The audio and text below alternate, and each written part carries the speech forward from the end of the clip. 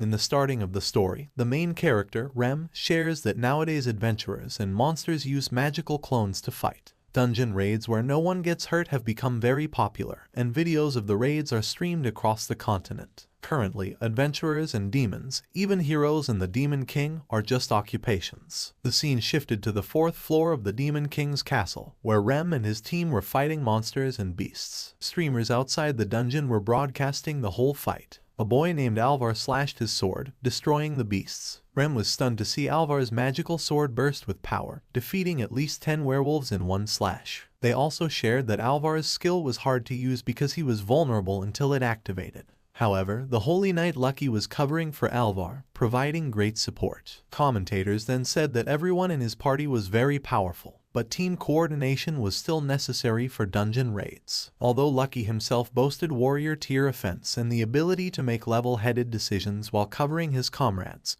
which was very powerful, and Lucky's ability to dedicate himself as a shield was excellent. Rem's best friend Phoenix stepped forward and asked the girl and Alvar if he could count on them to handle the vanguard while he attacked. Alvar agreed, and the girl named Lily said that Phoenix could head to the front. Lily attacked the werewolves, and the commentators shared that a lightning speed attack was coming. They mentioned that there were only 3 confirmed users of this attack in the world and that they were witnessing supersonic archery. The speed couldn't be discerned by the naked eye, but as they saw all the enemies collapsing from the arrows, they could clearly perceive its ferocity because 8 of the werewolves were taken down at once. While this was happening, Phoenix calmly headed towards the floor boss guarding the door to the next floor, as if the entire situation were just an illusion. However, there were still several dozen werewolves around, and they had to attack furiously to prevent them from reaching Phoenix at all costs. While Rem was thinking and analyzing everything, he suddenly found himself being attacked by a wolf. Alvar saved him and shouted at Rem not to just stand there like a statue.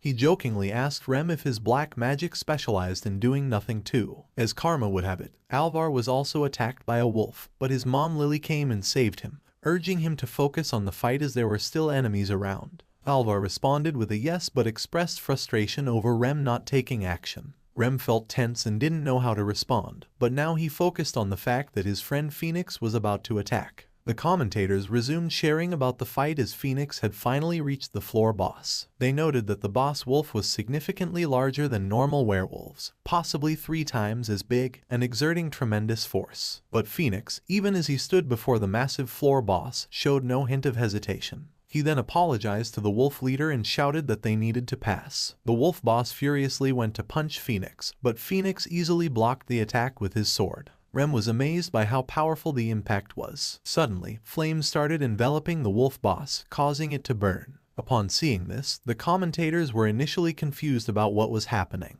However, they soon realized that flames were engulfing the wolf boss's body, causing it immense pain. The wolf boss struggled with all its might but was unable to escape. Phoenix then jumped towards the wolf boss and slashed with his sword. Within a few seconds, the boss was defeated. Phoenix shouted that their battles would always end in victory. The commentators informed the audience that the fight had ended again, and their hero of flames, Phoenix, had once more defeated a floor boss with a single attack. They also explained that the power of a holy sword varies based on the spirit residing within it. Phoenix controlled the fire spirit, known as the source of all heat in the world, indicating it was a spirit of the highest rank. They also mentioned that the criteria for choosing a bearer were said to be extremely strict, which was why Phoenix was the first to form a pact with it in 130 years. Now, as the party entered the next floor and found a safe room, it seemed like the raid was coming to an end. Now, the commentators asked the audience if they wanted to wait for the next raid. Soon, they focused on Rem, noting that as a black mage naturally suited for support roles, he didn't seem to be a member a party would prioritize including in their ranks given current circumstances. Realistically, even without Rem, it wouldn't create a significant gap. They believed that having a white mage in the party instead would enhance the party's offensive capabilities tremendously. The audience also agreed with the commentators that they were right, Rem hadn't made a single move. Hearing this, Rem felt hurt that they were once again discussing replacing him with a white mage. The difference between a black mage and a white mage lies in their magic specialties. Black magic typically involves offensive spells and abilities, while white magic includes arts such as restoration, enhancement, and purification, which are beneficial for healing and supporting the target. Rem explains that black magic generally includes arts such as speed reduction, offense and defense reduction, confusion of the mind, sustained poison, and creating blinding darkness. So, both white and black magic differ from offensive and defensive magic, and their effects are often difficult to perceive visually. Many people understand that black magic, in particular, was neglected because it was considered simplistic. With white magic, healing damage and enhancing abilities are easy for comrades to perceive the effects of. However, with black magic, since the target is always the enemy, even black mage comrades couldn't really discern whether they were receiving any benefit from it. Rem explained that now that dungeon raids had become entertainment, it was more appealing to him. During battle, he could reduce every enemy's magic and physical offensive power, speed, mental faculties, and even limit their vision. It's never highlighted on the live stream. Compared to his comrades who fight with flair, he just seems to be standing around to the viewers. He also shares that even when he chants incantations, he receives an absurd amount of negative and strange comments from the audience. And thanks to the raid logging stone, they were now able to resume from the last checkpoint they reached. No party had yet confronted the Demon King in the deepest part of the Demon King's castle. Now, it's time for Rem's party to enter the 5th floor of the dungeon. Rem shares that among all the dungeons spread across the world, the record of no party managing to reach its deepest level still stands. The legendary dungeon, the Demon King's castle, has lived to tell the tale. It's now shared that Rem's party consists of the warrior Alvar, the holy knight Lucky, the hunter Lily, the black mage Rem, and lastly, the main leader and hero of flames, Phoenix. Rem shares that among tens of thousands of formal parties, they were ranked 4th. Actually, these standings were determined by the Adventurer Association based on popularity and achievements, and were refreshed once a year. Rem then mentioned that for a party like theirs, it was a mystery to viewers why they needed him. Rem shares that their team consists of 5 members, and Phoenix, the hero of flames, was the first person to form a pact with the fire spirit in 130 years. People were placing their hopes in Phoenix to end the legend of the impregnable Demon King's castle. Phoenix was also his childhood friend. A hero like Phoenix, and a seemingly unsuitable, simple, and unpopular black mage like him, ended up losing his job that day. Let's see what happened before Rem left the party. Alvar shouted at Rem, calling him a burden and nothing more. He angrily asked Rem if he had been wrong about him. Phoenix tried to intervene and stop Alvar from saying anything harsh, but Alvar shouted and asked Phoenix to stop sticking up for Rem. He pointed out that he had said time and time again that he, Lucky, and Lily had joined the party by proving their mettle. But what about Rem? Alvar argued that Rem was just Phoenix's childhood friend, occupying a valuable spot on the team. Alvar also said that if it weren't for Phoenix, who would let some boring black mage join their team? Rem started laughing, trying to lighten the atmosphere, but Alvar grew more furious and shouted that it wasn't funny. Alvar then asked Rem to face reality and stop leeching off Phoenix. Hearing this, Phoenix angrily demanded that Alvar apologize to Rem, as his words were highly disrespectful, emphasizing that Rem wasn't as powerful as Alvar claimed. Alvar responded that he didn't think so. He then turned to Lily and Lucky, asking them what they thought since they weren't obligated to babysit Rem, right? Lucky responded that he didn't really mind whether Rem was with them or not, and he guessed that's how he felt. Alvar then asked Lucky if that meant he would prefer Rem not being in the team, suggesting they could find someone better than Rem at the moment. Lucky responded that if they could find someone more active, it might make things easier. Alvar again asked Rem if he understood that his vulgar way of speaking was awfully unpleasant to hear. He then turned to Lily and asked her what she thought about Rem. Lily responded that she didn't think Phoenix used his personal feelings to justify adding a member who lacked physical strength. However, she acknowledged that the effects of black magic were not immediately obvious. Moreover, their strategy involved progressing quickly through raids with high attack power. Therefore, instead of support, Lily expressed a preference for more direct firepower. Phoenix grew tense, but Alvar smiled and asked Phoenix to see for himself what everyone thought.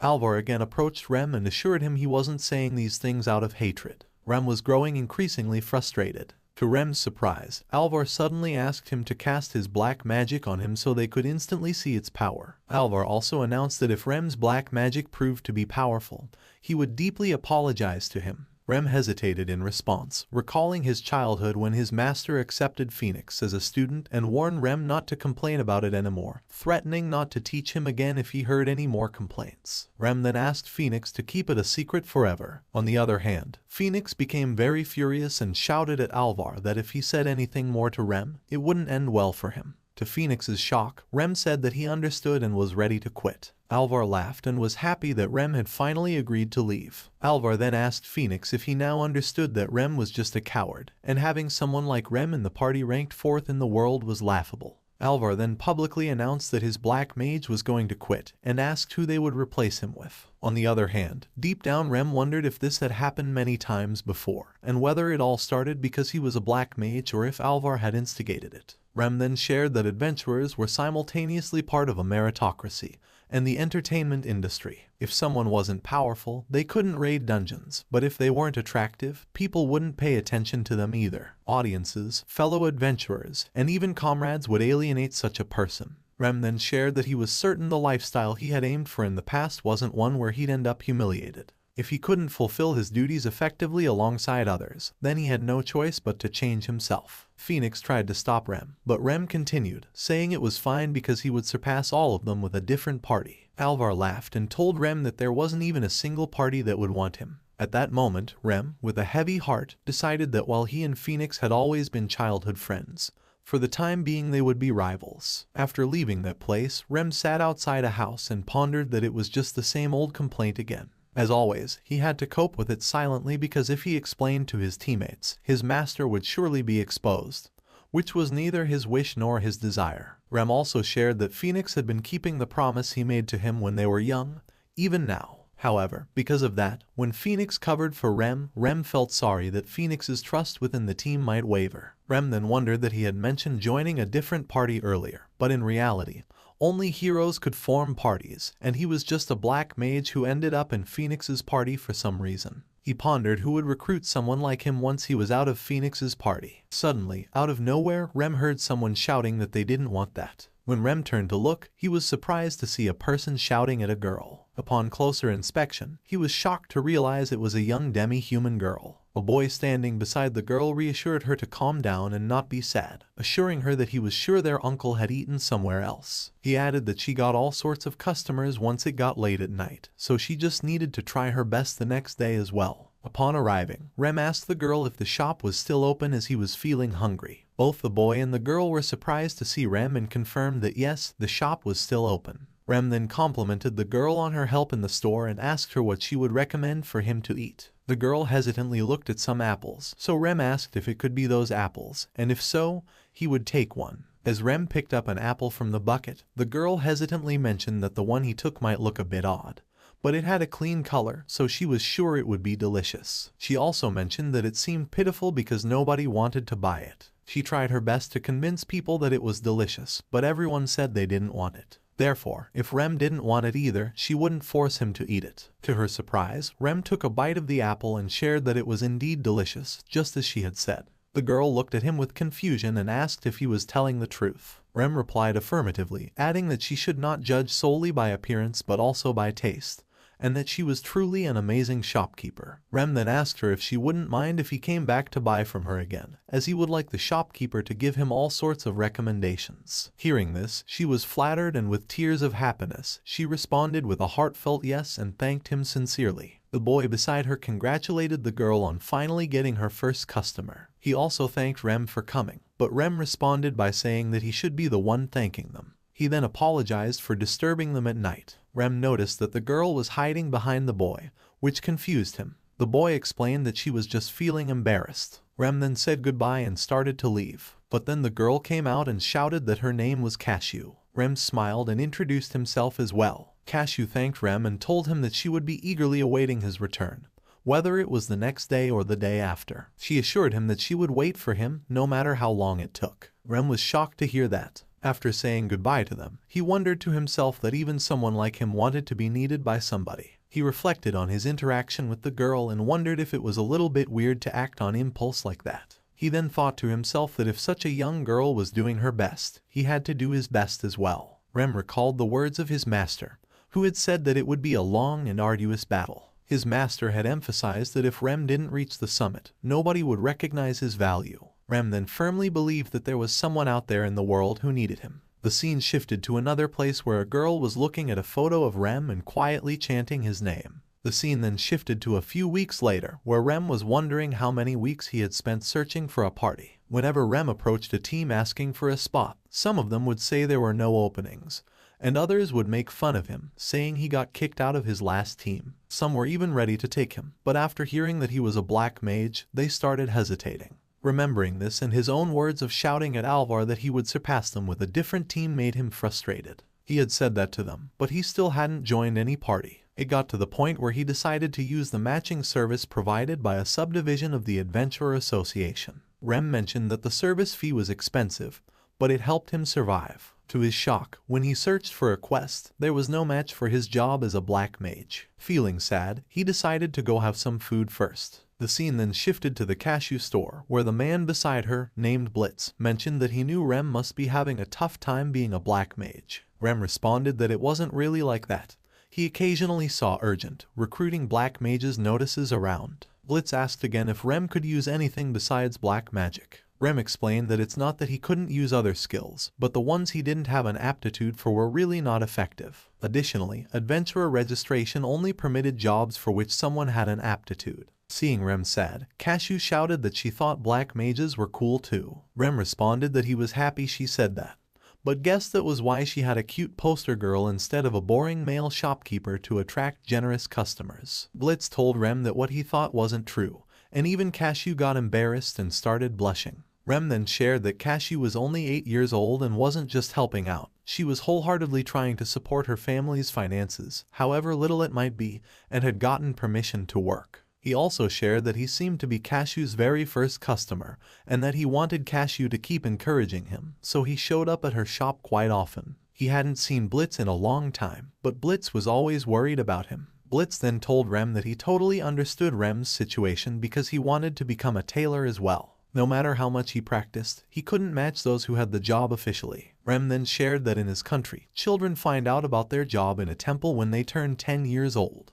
It's like discovering a prophecy that guides them to the job they are suited for, whether it's related to adventurers like chefs, blacksmiths, or merchants rooted in daily life. And no matter how much effort a person put in or how much they wished for something, they had no choice as it was a gift from God. So if someone was granted what they wanted, it would surely be a blessing from God. For those who didn't have their wishes granted, it would be a test. Rem then shared that for someone like him who dreamed of becoming a hero, it felt like despair. He told Blitz that if his efforts had truly paid off, he would have had that job. While someone came to Cashew's shop and she dealt with it, Rem smiled and asked Blitz if he thought they could only press on with what they could do, right? Blitz responded with a yes and told Rem that even if things didn't work out for him, he didn't mind Rem working with Cashew at the store. Rem laughed and said thank you. Suddenly, they heard someone's pained voice, and when Rem turned to look, he saw a thief snatching a bag from a girl. Rem noticed the thief coming towards them, so he asked Blitz if he could stand in the thief's way. Blitz asked in confusion if Rem was going to do something. Rem responded with a yes and reassured Blitz that it would only be supportive, and he would not be harmed. Blitz agreed and stood in the way of the thief, asking Rem to take care of Cashew. Rem told Cashew to go and hide. As he watched the events unfold, Rem began to think that magic was permitted if it was within the scope of daily living. But if he went overboard, he would come under surveillance. So, in the case of the thief, Rem had to use Blitz. On the other hand, their anger asked Blitz what he was doing in front of him, as if he had a death wish. Rem focused on capturing the thief as his target. Everyone was tense seeing the situation unfold, unsure of what would happen next, and even Blitz was a little tense. In that moment, the thief jumped towards Blitz with a knife, but suddenly out of nowhere, the thief became stuck in midair and started to wonder what was happening to him. He couldn't move or see anything, and he began to struggle to breathe. Blitz seized the opportunity, first grabbing the thief's hand and then delivering a punch to his face, knocking him down. Everyone was relieved that justice had been served. Suddenly, to everyone's surprise, Rem started shouting and praising Blitz for defeating a guy wielding a knife so easily. After that, Cashew was hiding, and Rem slowly approached her from behind, murmuring in her ear. She was stunned and responded embarrassingly with a yes. Rem then asked her to do something. The person whose bag was snatched by the thief came to Blitz and thanked him for saving her bag. Blitz responded modestly, saying it was nothing, he was just doing what any citizen should do.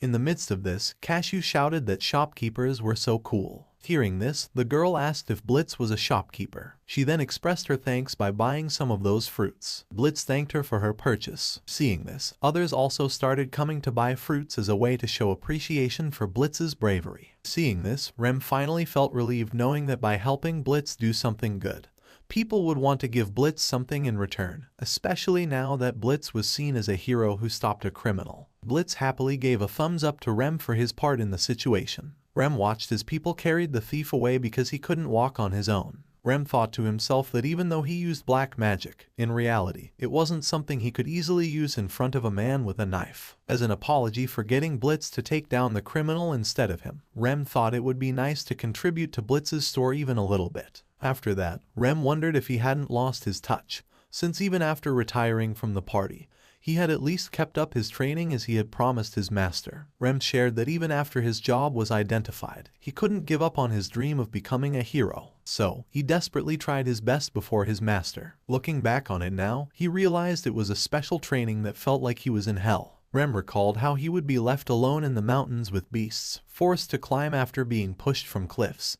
and beaten to an absolute pulp by his master. Through constant training with black magic cast on himself, Rem learned firsthand when his physical abilities deteriorated and when his vision started to blur. He even made his body memorize fine adjustments. As long as he wasn't interrupted, he never failed with magic. He also mentioned that he had taken measures to ensure pedestrians didn't know about his use of black magic and to make sure nobody knew he was Rem, the former member of the world's 4th-ranked party. Even though chances were that nobody would notice even if he didn't go to such lengths. Suddenly, while he was deep in thought, a girl came near him and said she had been watching him.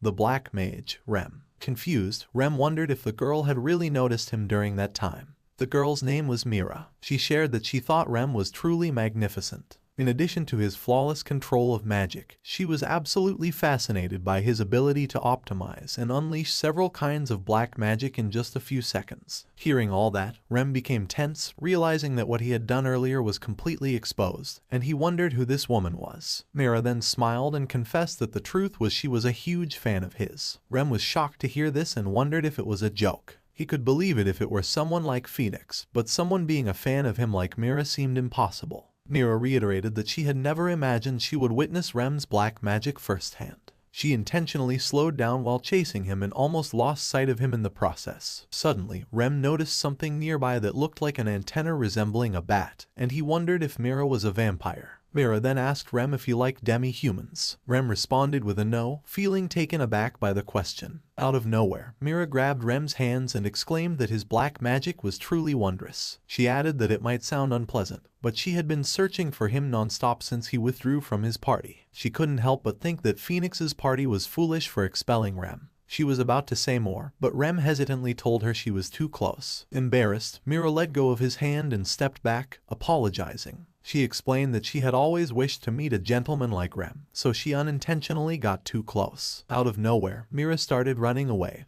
asking Rem not to scorn her for being immodest. At that moment, Rem was thinking about how he had always been harshly criticized until now, so for such a beautiful person to suddenly tell him that she was a fan was unexpected. And on top of that, she even held his hand, and she smells amazing. Rem responds to Mira that there's no way he could dislike her, not at all. He admits it was so sudden that he hadn't even asked her for her name yet. Mira shared that Rem was really a kind man and asked if he had never changed since then. Confused, Rem asked if they had met somewhere before, noting that she didn't look like an adventurer. He also wondered that there practically weren't any demi-humans among adventurers apart from elves, especially if she was a vampire. Despite this, Rem remained confused about where he had met that girl and soon decided to let it go. Mira then introduced herself and apologized for her rudeness. She asked Rem if he wouldn't mind allowing her to treat him to tea as a way to make amends. She acknowledged it was an abrupt invitation but mentioned that as a world's rank 4 adventurer, she might never get another opportunity like this to be with him. So as long as Rem was fine with it, Mira would prepare a location. Rem was confused and unsure of what to do. Seeing him tense, Mira asked if everything was not all right. Rem hesitantly responded that it was fine.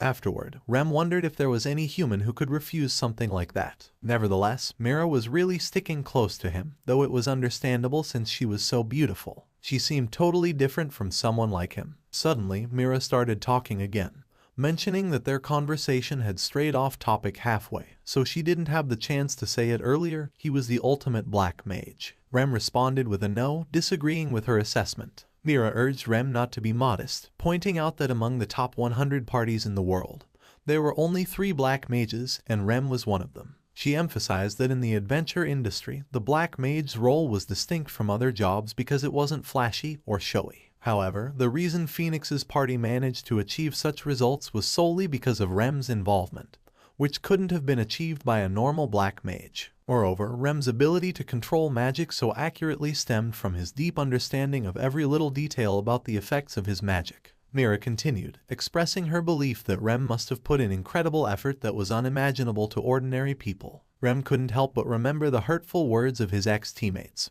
who had cursed him and called him useless. So Rem told Mira that it was the first time he had heard such words since becoming an adventurer. He wondered how Mira, who claimed to be a fan of his, could know so much about him. Out of nowhere, Mira started expressing her frustration, stating that the reason the hero Phoenix could successfully defeat the floor boss in one blow was because Rem's powers weakened all of the enemies. She couldn't understand why they would take such a high-ranking black mage for granted. Mira was furious with humans, calling them imbeciles for their actions. Rem tensely asked Mira what was happening. Mira snapped out of her state and apologized, saying it was something a friend of hers had said. She started laughing afterward. Rem then asked Mira if she could express his gratitude to her friends the next time she saw them, as he truly appreciated their support. Mira responded affirmatively, mentioning that she had already conveyed his gratitude to them. Rem didn't understand what she said, and suddenly she apologized for keeping him waiting. She then indicated the place she wanted to take him for tea. Rem was shocked to see that it was none other than the Demon King's castle. Mira apologized if the castle startled Rem. Tensely, Rem asked Mira who she actually was. Mira responded that they had been aware of his true strength for a long time,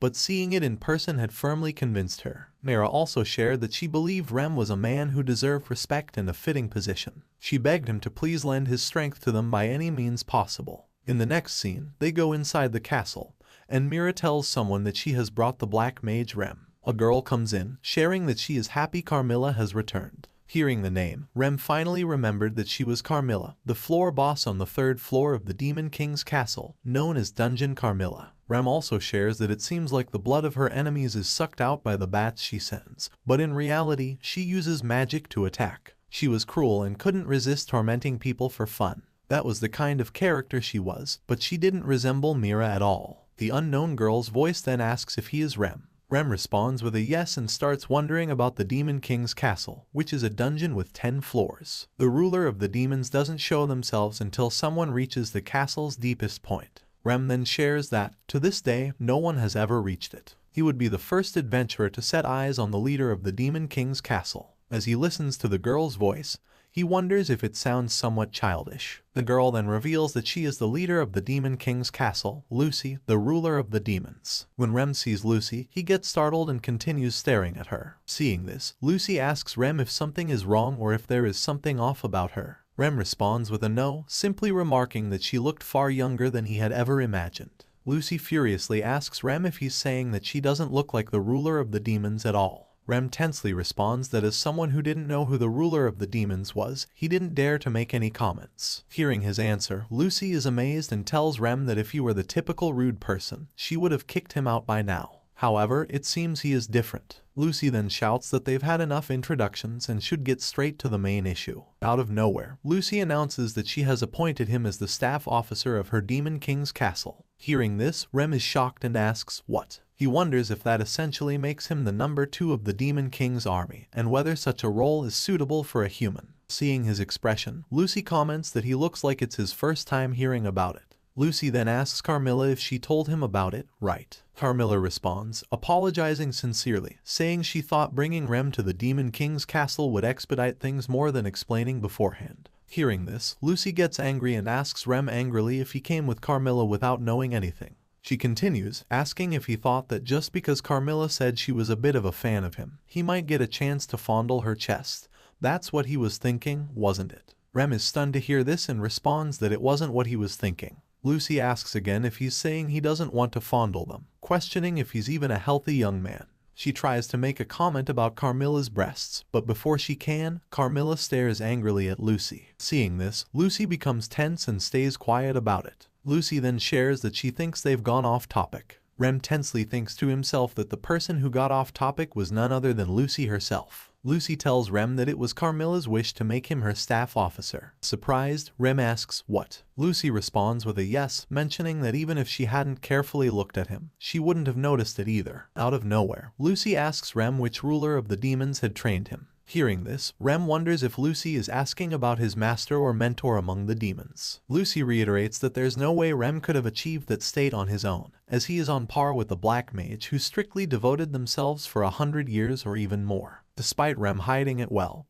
his abilities exceed those of human beings. Lucy shouts at Rem to answer her question, but Rem stands quietly with a tense face. Lucy continues, saying she understands that he might call it black magic, as originally, degraded incantations were referred to as black arts. So, the main issue was that a long time ago, the ruler of the demons at that time instilled terror in mankind. For a long time, he was seen differently from the hero, who was an ally of the people and was also viewed with varying degrees of caution by different countries. Lucy starts asking again if Rem could tell that things would be problematic if he were discovered, and if he was a rather admirable pupil who was thoughtful of his master. Rem tensely apologizes for that. Lucy responds that there's no need for apologies as she can understand. She then asks if by chance Rem's master had the same hair color, eyes, and horns as her. Rem still doesn't respond, frustrating Lucy even more. Lucy tells Rem again that she has taken over the Demon King's castle as the current ruler of the demons. She then asks for his opinion on a grandfather who left his granddaughter alone in the Demon King's castle to retire. Hearing the word grandfather, Rem is stunned and wonders if it's possible that Lucy is his master's granddaughter. Frustrated, Lucy asks why her grandfather and that man both abandoned the throne of the ruler of the demons without realizing its merits. She also said that it was truly deplorable,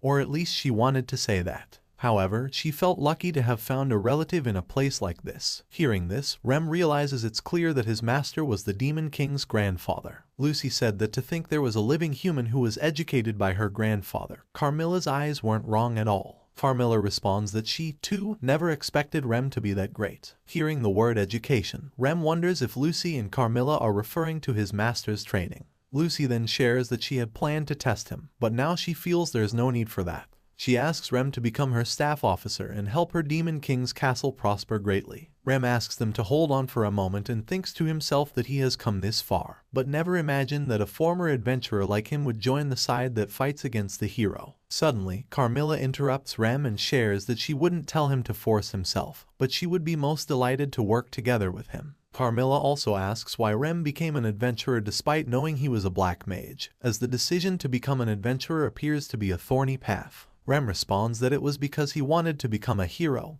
He yearned to be a hero. He then apologizes for saying that of all things. Lucy replies that she doesn't mind. Carmilla asks if it seems to be a story many human children have, then why did he want such a thing? Wasn't it obviously because he wanted to look cool? Or did he want to look heroic by defeating monsters on the other side of a screen? Rem responds with a yes, saying he wanted to personally fight and defeat enemies, showing off flashy swordsmanship and firing off flames or ice. Carmilla then asks, what about honor and administration? Rem responds that if he walked on the street, everyone would notice him and praise his efforts. He imagined having intense battles in dungeons that would get his hands all sweaty, leading to a fulfilling and stimulating life. Rem also shares that it was his childhood dream, an idealized future filled with good things that benefited him. Carmilla then asks what he thinks a hero is. Rem looks confused upon hearing this. Carmilla said that Rem was the ultimate black mage, but that wasn't the only reason she respected him. She admired how he helped people without asking for anything in return and was even kind enough to concede praise to them.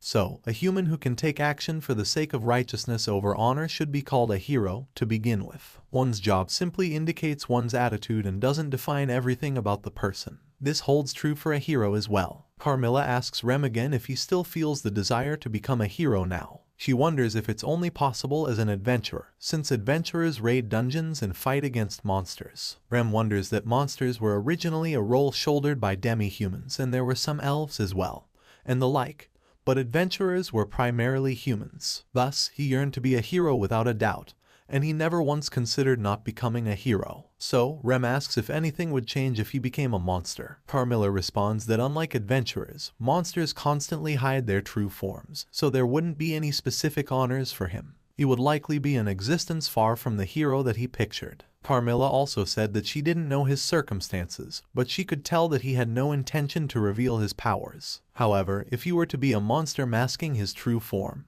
he could manifest his powers to his heart's content, and nobody in the Demon King's castle would feel troubled by his true strength, Carmilla adds. Rem asks tensely if he, a black mage, would become a monster in the Demon King's army. Carmilla responds affirmatively, saying that indeed, it would be different from powers that were visible, as the effects of black magic weren't fully understood by spectators. Carmilla also explained that every monster that fought him knew Rem's existence led to their defeat, and recognized the might and threat he posed to their army. Therefore, if Rem were to become their ally, he would be a more promising ally than anyone else in the world. Just as people get excited and energized by adventurers' efforts, demi-humans need someone to serve as a symbol for monsters as well. For Carmilla, it may be different from aspiring to be a hero, but she didn't aspire to be a monster just to be hunted down as prey. So Rem thought that by defeating the heroes in the Demon King's castle, the most challenging place, and repelling them, they could become a ray of hope for demi-humans who were hesitant to become monsters. They could become an existence capable of competing against adventurers, much like his own yearning to be a hero. So, Rem asks Carmilla if he may add a comment that monsters and adventurers are equal beings. If either of them were deficient, dungeon raids couldn't be established. Moreover, the audience is only fascinated because powerful monsters exist,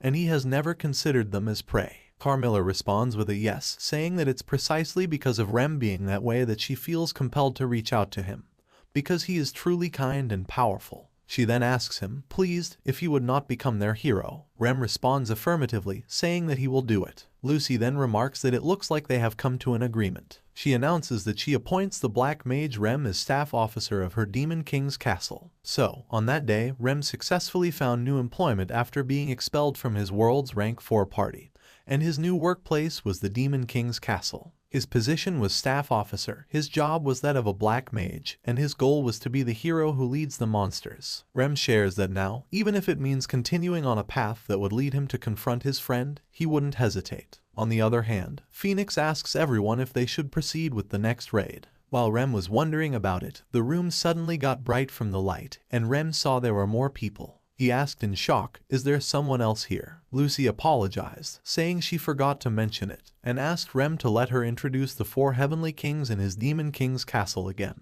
She then talked about Furkas and Agers. Hearing about them, Rem wondered if they were 2 of the 4 heavenly kings, then Carmilla must be one of the 4 heavenly kings as well. He first thought about when they arrived but then wondered if they had been there from the beginning. Lucy explained that she thought he would be nervous with too many people around, so she arranged it that way. Lucy also mentioned that one of the 4 heavenly kings didn't show up but assured Rem that they would be helping him as a fellow comrade. She then asked if something like this would be a piece of cake for Rem. At that moment, Rem wondered if it was black magic. He then shared that being the ruler of the demons was also a job. The ruler of the demons was typically a demon, and it was said that the group of elites who once led the demons were all demons themselves. Warriors and mages alike possessed superior talents, and only those with charisma were recognized. It seemed they were similar to the heroes of mankind, but at the time, it was more about advanced black magic. Lucy told Rem that she would discuss his duties in due course, and for now, she was assigning Carmilla as his assistant. Hearing this, Rem was stunned and asked Lucy to wait a moment. He wondered if it was really okay to make someone like Carmilla,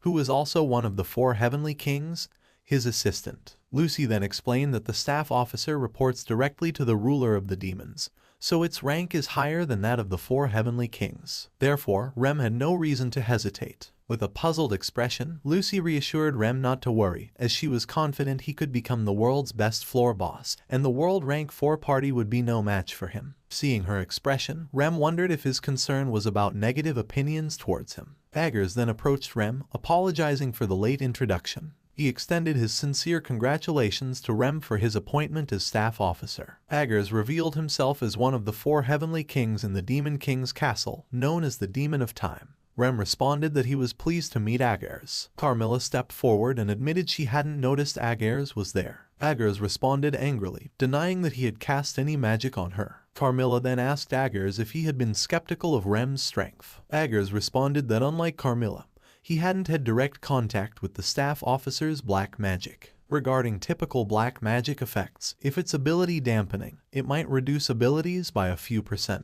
If it involves fixed damage, it could cause light physical affliction. Awareness obstruction would likely have a low success rate and couldn't be maintained indefinitely. Aggers also mentioned that even if black magic affected Rem, truly powerful people could still defeat him alone, and it was natural to suspect whether Rem's reports were biased. However, results from others indicated that the staff officer's abilities were clearly far greater than those of a typical black mage. He then asked Carmilla if she had been infatuated with Rem ever since he raided the Demon King's castle. Carmilla got embarrassed and responded that it might be true, but she wondered how Aggers knew such personal information so naturally, finding it very creepy. Lucy apologized to Carmilla from behind, admitting she had shared everything with Aggers. Carmilla furiously looked back and demanded to know why the ruler of the demons did that. Lucy, scared and tense, shouted that she had already apologized for it. Aggers then stated that whatever the case, the ruler of the demons had accepted Rem, so he would stand by that decision. Furthermore, it would be disrespectful for Rem to scowl at the ruler of the demons. At that moment, Rem tensely wondered how he, a human who had suddenly appeared at the demon's castle,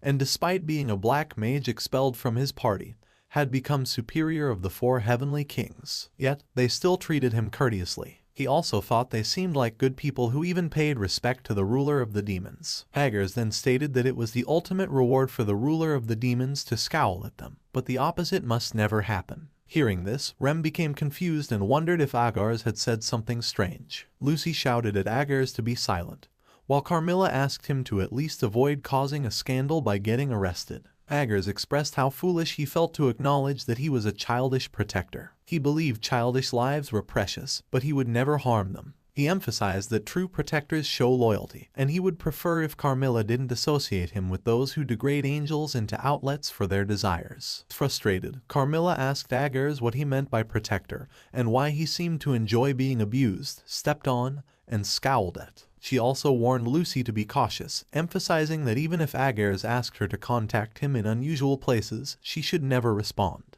Lucy shouted at Carmilla not to spout nonsense, stating firmly that there was no way she would entertain such a criminal demand. Lucy looked at Aggers with scared eyes. In response, Aggers asked her to stop giving him scornful looks and jokingly requested if she could instead stare at him more intensely. Carmilla tensely asked Aggers if he didn't think he should be arrested. She then assured Rem that the monsters were not all like Aggers and asked him not to worry, emphasizing that she was genuinely his fan. Carmilla shared with Rem that she would stick posters of him all over her room, collect candid photos of him from the internet, and send messages requesting to show more of Rem on the screen, as she had strictly done those things. Offended, Aggers furiously asked what Carmilla meant by being a genuine fan, arguing that it was stalking no matter how she spun it. Interrupting them, Rem tensely shared that he still hadn't been told his duties yet. He asked if it was possible to request more details from the ruler of the demons, upon which both Carmilla and Aggers apologized to Rem for their discussion. Lucy laughed and remarked that Rem was something, expressing her expectations from a staff officer. However, she quickly changed her mind and called Rem Lemageddon instead. Rem asked in confusion, Lemageddon. Lucy responded affirmatively, saying she had been thinking about it for a while. She explained that it was customary for the current ruler of the demons to give newcomers dungeon names. Rem responded that he understood and asked if his dungeon name was Lemageddon.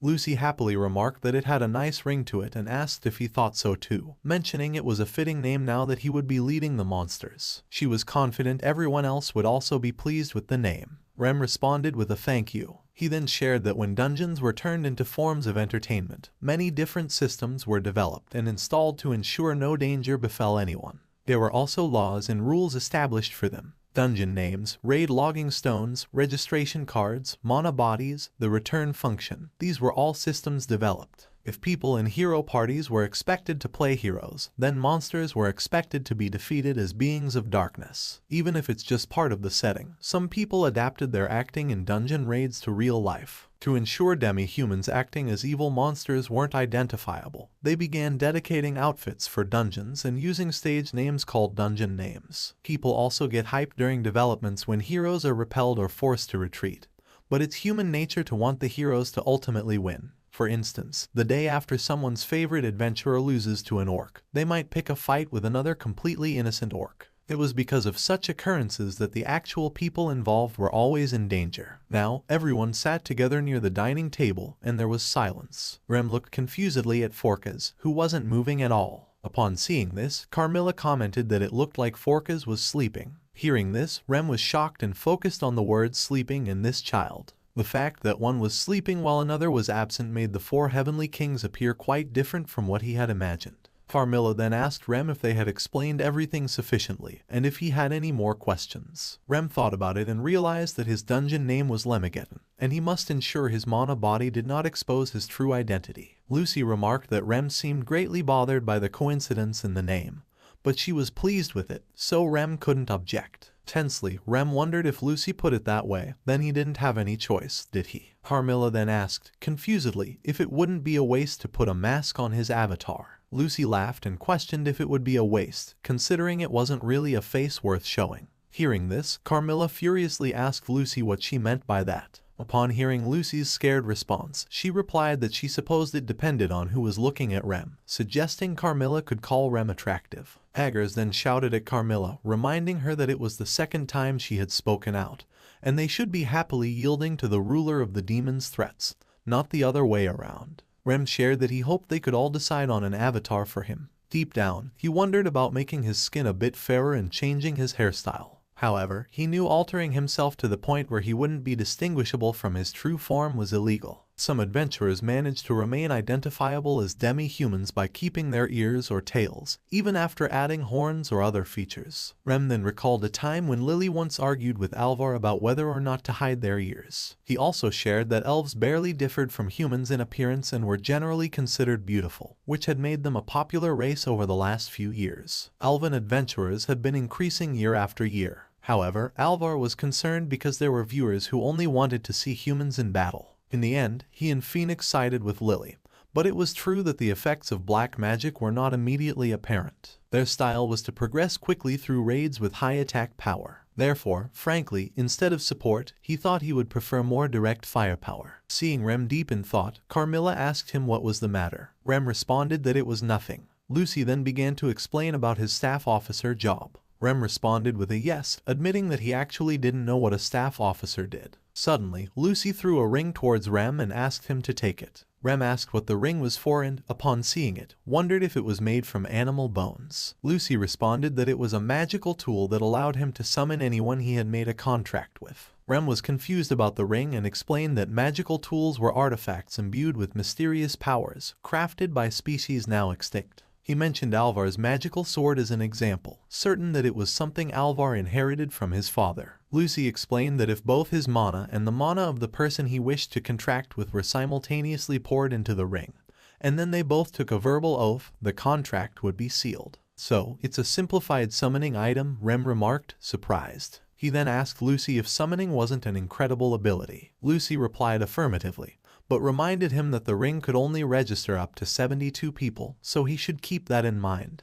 She also mentioned that he would use the ring to summon monsters to drive away adventurers, and asked if this way he would be able to use his black magic, right? Rem hesitated in answering because he was uncertain whether he would indeed use his black magic in that way. His hesitation stemmed from the fact that there were also a reasonable number of black mages among the monsters, and he had never heard of adventurers switching jobs. In this way, someone's tactics could broaden, allowing them to enlist various individuals to work for them. Rem believed that he might become a ray of hope for many species, no matter how slight. Lucy then explained that she intended to restrict his contract targets to his subordinates for the time being using the ring. She emphasized that no matter how brilliant a strategy a superior and resourceful general may conceive, without building rapport with others, they wouldn't be able to fully manifest their true value. She then told Rem that his first task was to get to know everyone intimately. Carmilla asked Lucy if she wasn't going too fast, advising her to calm down. On the other hand, Rem was pondering that magical tools were inherently valuable in that era. Even though he was treated as their staff officer, for Lucy to give him such a precious item must be because he was the apprentice of the ruler of the demons' grandfather. Lucy reiterated that she was counting on Rem. In response, Rem thanked her and assured her that he would treasure the ring. Lucy then mentioned that she was going to call it a day, acknowledging that Rem must also be tired from processing all the new information. Rem responded that he wasn't tired and thanked Lucy again. Lucy then announced that she was going to hold a welcome party soon and called for Agars. Agars understood and asked Lucy to leave the arrangements of the venue to him. He promised to make a reservation at a store that offered every kind of sweet that the ruler of the demons enjoyed. Agars expressed his desire to be honored with the ability to sit beside the ruler of the demons when the time came. Lucy tensely responded with a firm no, expressing her uncertainty about what Agars might do. Agars replied sadly, reaffirming that he had already assured her he would never do such things. She then acted strangely, commenting on the distrustful look directed towards her loyal followers. Afterward, Carmilla told Rem that she would escort him outside. On the way, she mentioned that the registration card would be provided to him at a later date, apologizing for the delay. Rem responded that it was fine. Carmilla also mentioned that he had witnessed many embarrassing moments of hers throughout the day. Rem replied that he had never been praised like that before, so he was genuinely pleased. He also thanked her, saying that because of her, he managed to recall many things, such as why he had yearned to become a hero, something he had been forgetting about lately. Carmilla shared that if Rem didn't find her repulsive, she was glad to hear it. Deep down, Rem still thought she was a strange person, though. Carmilla then asked if Rem truly thought she was kind. She also asked how much he would tolerate her. Rem, confused, asked what she meant by that. Carmilla clarified that she was asking if she could be his first. Hearing this, Rem became tense and asked her to wait, wanting to know what she was going to say next. Carmilla, fully embarrassed and blushing, responded tensely to Rem asking her to wait, saying it was nothing and she wasn't clear enough. She sincerely apologized for the confusion. Carmilla then mentioned that the ring he received could also record orders as well. Rem, confused, asked what she meant by order. Carmilla confirmed with a yes, explaining that, for example, if Rem were to make a contract with her, the ring would record that she was his first contractee. Similarly, she would also know that she was his very first monster. Rem said that he understood. Carmilla reiterated that she was truly a fan of Rem's and that she was the one who proposed inviting him into the Demon King's army. She also mentioned that it was her who had brought him this far already. Moreover, she was also the one serving as his assistant for the time being, and she was the one who sat beside him during the explanation of his work. After saying this, she seemed to be trying to say something else but was hesitating. At that moment, Rem thought about how powerful Carmilla was. Despite her mischievous attitude, he knew she was a kind person. They had just met, but he was aware that Carmilla had to muster a lot of courage to speak as she did. Besides, if Carmilla hadn't found him, he wouldn't be in the Demon King's castle. So, he put his hand on her shoulder and said that he hoped for the same. He then asked if she would be willing to be the first monster he made a contract with. Carmilla, embarrassed, asked if he was sure. Realizing what he had done, Rem quickly removed his hand and apologized. Carmilla then shared that she had brought the Demon King's army to his attention herself and was prepared to be rejected. Carmilla hesitantly shared that she really wanted to suck it out from him. Hearing this, Rem was shocked and shouted in surprise, "What?" Embarrassed, Carmilla quickly responded that it was nothing. Rem then wondered if by saying she wanted to suck it out she meant his blood. He had heard that vampiric impulses could be stimulated by other impulses that well up inside of them. But he questioned why Carmilla was asking for it at a time like this. He then started preparing, asking if it was all right. Carmilla responded with a yes but asked if he was really sure, as the first time for anything was always incredibly important. Rem replied that he was thinking of asking her in the first place, so it was okay. Rem asked if he was correct in understanding that the contract would be sealed if both his and the other person's mana were poured into the ring simultaneously, followed by taking a verbal oath. She says yes and asks him to give her the ring. She then places the ring in his hand and puts a finger on it. After that, Carmilla starts taking an oath that she, Carmilla, accepts Rem's request and vows to always be by his side, no matter when or why, even if she transcends space. After kissing his ring, which made Rem flustered, Carmilla confusedly asks what she was doing. He then looks at her face and realizes it was definitely her way of showing she was his first contractee. Carmilla blushed and happily said that she had become Rem's first, and as long as he summoned her, she would go wherever he desired. Rem asked her not to tease him so much. Confused, she asked if with Rem's mana, it shouldn't be a problem, right? Rem felt embarrassed hearing that, prompting Carmilla to apologize, saying she was just kidding. She then asks if it must sound strange to be courted by a girl he didn't even know, right? Rem responds that it wasn't true, though. Before Rem could finish, she asks though what? Rem shares that it was nothing. She then asks if it was too early for them to meet in his room at night, right? Rem just blushed in response. Suddenly, she moves closer to him, causing him to ask tensely what it was. Carmilla said she hoped he would take good care of her from now on, as one of the people in the Demon King's castle, as an assistant, as a contractee. Rem responds that he feels the same way, hoping she would treat him kindly. Carmilla told Rem that he could call her Mira, but in formal settings, he had to call her by her dungeon name, Carmilla. Rem responds with a yes. Carmilla then whispers in his ear that if he were to summon her, she didn't mind coming to his room in the middle of the night. Rem was stunned to hear it, but he decided not to misunderstand, even if she was enthusiastic. They had just made a contract for her to be a comrade, at most. As his job as a staff officer began, Rem needed to first build rapport with everyone in the Demon King's castle and form contracts, given the diverse range of individuals. However, this didn't change anything. He could only strive to do his best earnestly and sincerely. Like Carmilla, he believed that there must be people out there watching him as his days as a staff officer began. The day after being inaugurated as a staff officer, it was Rem's first day working at the king's castle. So, Rem decided to go and meet with Cashew. While on the way, Rem remembered Lucy's words that his job was to get to know everyone. However, he wondered if he could really become properly acquainted with everyone. Soon, he dismissed his doubts as he had already made up his mind to become a hero for the monsters. It couldn't happen in his previous role, but his new dream could come true in the Demon King's castle. Upon arriving, Rem greeted Blitz and Cashew with a good morning. Cashew happily greeted him back. Blitz then thanked Rem for the previous day and remarked, "The black mages were amazing, weren't they?" Rem asked Blitz to talk about himself, saying he was awesome too. Embarrassed, Blitz said no. Rem then requested that Blitz not talk too much about him to others, if possible. Blitz responded that he had already figured it out. That's why Rem gave him all the glory and then hurriedly left. Blitz assured Rem that neither he nor Cashew would tell anyone. Cashew shouted that her manager was the one who did everything and that Rem had no part in it. Seeing this, Rem laughed and thanked Cashew for saying that. Blitz responded that they should thank Rem because, thanks to him, they sold everything they had.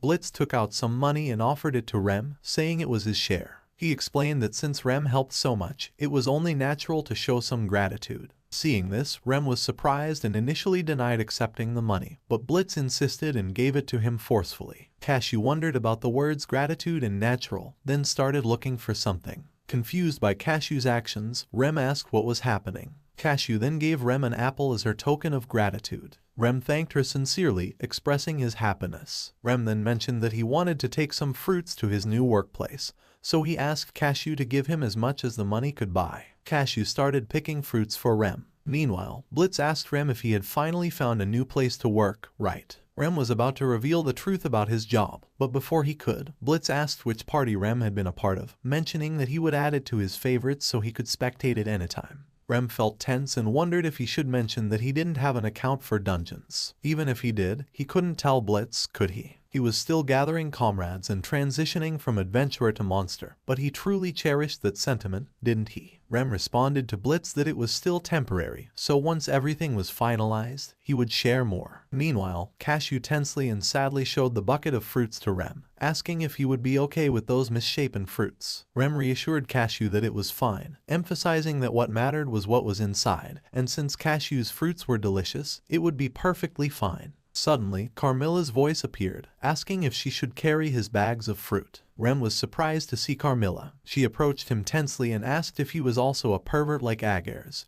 who wanted to play with small demi-humans. Rem was stunned by her question and quickly asked her not to misunderstand him. Carmilla laughed and said she was just kidding with him. Then, she went over to Cashew, knelt down, and greeted her. Cashew greeted back, but her attention was drawn to Carmilla's chest. Seeing this, Cashew became tense and sad, explaining that she wasn't small and would grow big soon. Hearing this, Rem wondered if Cashew was talking about her height. Carmilla then told Cashew that it might sound abrupt, but she had something to discuss with her. She asked Cashew if she would like to work with them. Hearing this, Rem was shocked because Carmilla actually asked Cashew to be his secretary. Carmilla clarified that she meant being Rem's exclusive assistant. Cashew, focusing on the word exclusive, asked in surprise whether she would get that much salary for being Rem's secretary. Blitz also became happy upon hearing the news, considering it incredible for Cashew. He then commented on Rem having such a beautiful friend, expressing his surprise. Carmilla responded by revealing that she and Rem had been in a relationship since he had helped her once. This surprised everyone who heard it. Rem wondered if Carmilla was referring to the time he joined the Demon King's army. Blitz then asked Carmilla if she was Rem's friend and expressed readiness to trust her, but he wanted to know if the work was truly safe for Cashew. Carmilla responded that she could assure Blitz about the safety of the work. However, she emphasized that the decision depended entirely on Cashew. Carmilla suggested that Cashew should discuss it with Blitz and her family first. If Cashew agreed, Carmilla offered to personally explain the details to Cashew's family. Cashew, feeling tense and confused, asked why she was being singled out. Carmilla apologized, explaining that she had overheard Cashew and Rem talking the previous day. She believed that if Cashew were to work with them, she could potentially ease the burden on her mother more than she could currently. Most importantly, it's because Rem's new job is intense,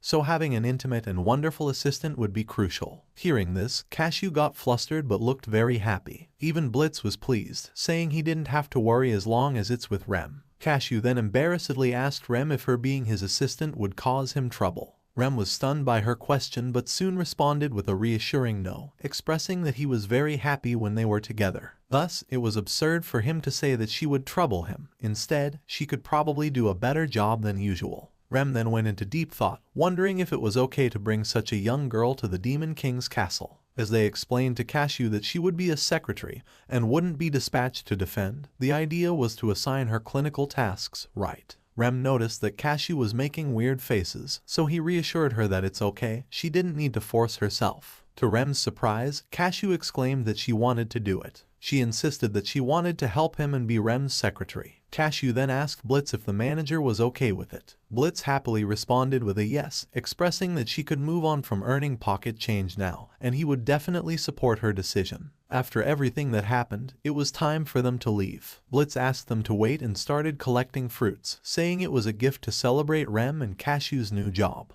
Rem thanked Blitz for the gift, and Carmilla mentioned that she would send a subordinate to come and fetch the gifts. Blitz got ready and also offered to take care of Rem's bag. Carmilla then asked Cashew to let go and convey their regards to Cashew's mom. They all headed to Cashew's house together, with Carmilla joining them in greeting Cashew's family. Rem shared that Cashew's mother runs a second-hand clothing store, and in her family, Cashew has both an older sister, a younger sister, and a younger brother, but no father. It was clear that it was incredibly intense for a single mother to support 4 children, which was why Cashew believed that working would definitely ease her mother's burden. And yet, Cashew's mother momentarily refused to let Cashew work at the Demon King's castle, even after hearing about the salary she would earn. It shows how much she cares about her daughter, after all. In the end, the only reason Cashew's mother allowed it was because Cashew demanded it forcefully. Cashew's mother shared with Rem that Cashew had told her about him, mentioning that he was apparently her very first customer. Hearing this, Rem was surprised to realize that Cashew had kept everything a secret. He responded affirmatively. Cashew's mother then mentioned that while Cashew may be inexperienced, she hoped Rem would take good care of her. Rem responded with a yes, assuring Cashew's mother that he would definitely take good care of Cashew. They all bid farewell to each other. Afterward, Rem asked Cashew once more if she was sure about her decision. He also asked Cashew if she wasn't surprised to learn that he wasn't an adventurer but an employee at the Demon King's castle. Cashew happily responded with a no, expressing that he had achieved great heights as their staff officer. Rem was pleased to hear this and thanked Cashew for the compliment. Cashew then shared that she had never explored the Demon King's castle path before, and suddenly she saw a butterfly and ran towards it to play. Afterwards, Carmilla asks Rem what's wrong as he looks very worried. Rem asks Carmilla from what point she started overhearing their conversation yesterday. Carmilla, with a strange smile, responds that she had been listening from the beginning. Rem then asked if Carmilla invited Cashew to the Demon King's castle because Cashew was his friend. Carmilla responded that it was one of the factors, but also because Rem needed an assistant as a staff officer. Carmilla also mentioned that it was extremely unfortunate that she couldn't always serve as his assistant. Rem tensely remarked that he thought Cashew was still a child. Carmilla put her hands on his shoulder and called out his name. Rem started blushing and tensely asked what she meant. Carmilla clarified that she meant Rem wanted a sympathizer, someone who understands and supports him. Rem asked tensely if she had indeed said sympathizer. Carmilla responded with a yes, explaining that even though Rem understood his own true strength, he expected too little from others. Therefore, for the time being, both Cashew and she would admire him. Rem was surprised to hear this. Carmilla shared that both Cashew and she knew well that Rem's heart and magic were extremely powerful. Suddenly, Carmilla became aggressive, stating that Rem was amazing, and she couldn't stand the idea of someone as amazing as him hiding that or not being appreciated, especially because Rem was an amazing black mage. Hearing all that, Rem got pumped up and happily thanked her for the compliments. Carmilla then mentioned that although Rem could form contracts using the ring, monsters were fundamentally under the control of their floor bosses. Therefore, in order to gain comrades, Rem must receive permission from both the monsters and their floor bosses. Carmilla clarified that her subordinates, her piggies, were free for him to use as he wished. However, from now on, they must gather comrades who truly understand him like Carmilla and Cashew, with whom he could build a circle of trust. After hearing Carmilla's words, Cashew started thinking about finding comrades who understood Rem and were willing to share their trust and fight alongside him. Cashew then shared that before jobs were established, he was the center of attention among the children in the village. He had tons of other friends aside from Phoenix. However, the moment jobs were established, everyone started cursing him and making fun of him because he said he would become a hero but suddenly became a black mage. So everyone told him that there was no benefit to being with a black mage and that he would never become a hero. As a result, everyone except Phoenix had left. Phoenix, however, said that they could become the best together and that they would become the ultimate heroes. Rem then started talking to himself, expressing happiness that he could now share with Phoenix that he had his own new comrades. The paths of monsters and adventurers had probably diverged for the time being.